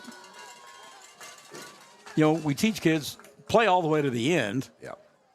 Manny's thinking, we're beating you 40 to 6. You're not going to come back and win. Why are you doing this? And Fulton's thinking, this is just how I play in the backyard. Well, he's a big guy. He's a huge kid. Yeah, he is. It was nothing to him. He didn't. No, that football not going to hurt him a bit. So a first down play, deep handoff, a couple of yards for Anthony Allen. Allen, well, he's going to lose yards on the play and broke a couple of tackles and took it to the 29. I'm going to give the kid credit. I mean, no game, but he should have lost 5. I mean, yeah. You're right. Maybe he lost half a yard, but oh, man. I was going to give him a half yard, actually. So the play clock is at 20. Game clock is at 56. You're a proponent of taking a couple of knees here and being done. You got the reserves in. They might get a handoff here. Still got Laughlin at quarterback and get some dirt on that jersey. Blocking back Trey Williams still in there. Jake Green still in there on the line, and now they will take a knee. Yes, Remington will. That'll be it. Let time run off the clock, and that will be the final play of the ball game. As Mangum will win this one by a final score of 40-6. 40-6, the final score. Tigers win it. They start the season 1-0 against the Eagles of Wilson, who are now 0-2 on the year. 40-6, your final. Back after this on Classic Hits 97.7. Mangum Brick Company has been operating since the early 1900s. They're the largest private employer in Greer County. Mangum Brick is proud to support high school athletics radio broadcasts. And if you know of someone looking for work, always check with Mangum Brick, as they may be hiring. Ashley Slayton, family nurse practitioner, and the rest of the friendly faces of the JCMH Family Care Clinic in Mangum treat all ages, children through adults. This means we are all yours for well child exams, annual checkups, as well as those illnesses that can hit us. We also do management of chronic illnesses like asthma, diabetes, and high blood pressure. Same-day appointments are usually available. The JCMH Family Care Clinic is located at 114 South Lewis Tittle in Mangum. Call 782-3393 for appointments. 40-6, the final score. Defense getting it done tonight for Mangum. And again, you talk about the 40 points, but 40-6, and great job by the defense for Mangum. The 6 points given up on a pick six there in that third period of play. I want to thank our friends from Wilson. They did a great job taking care of us. Yep. Appreciate you guys. Thank you so much. Enjoyed listening to y'all. Well, we appreciate that. Yeah. Thanks for letting us be in here. Yeah. Wilson. Announce something together sometime. All right, sounds good. Wilson will be back in action next week. They will be at home taking on the Blue Devils of Walters. Meantime, Mangum going to be at home at the Liberty Bowl. They will do battle with the Hobart Tigers. And congratulations to Mangum getting the first win of the year. The Hobart Bearcats. What did I say? Hobart Tigers. Hobart Tigers. Somebody. It's a cat. Yeah. With the exception of that stretch there in that third period of play, where they kind of lost some focus coming out of the locker room through the pick six, had the 2 holding penalties. Really a pretty well-played game for game number 1 for Sam Powers. Yeah, it really was. First half was well played and did a lot of good things. Good to see Remington Laughlin out there after being hurt last season.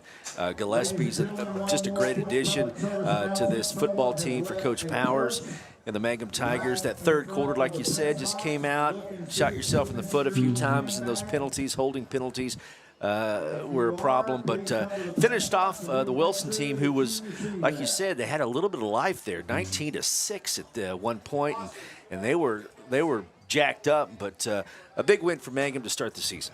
Those guys with 5s and 6s that start off their numbers, they played a whale of a ball game tonight, both sides of the line of scrimmage.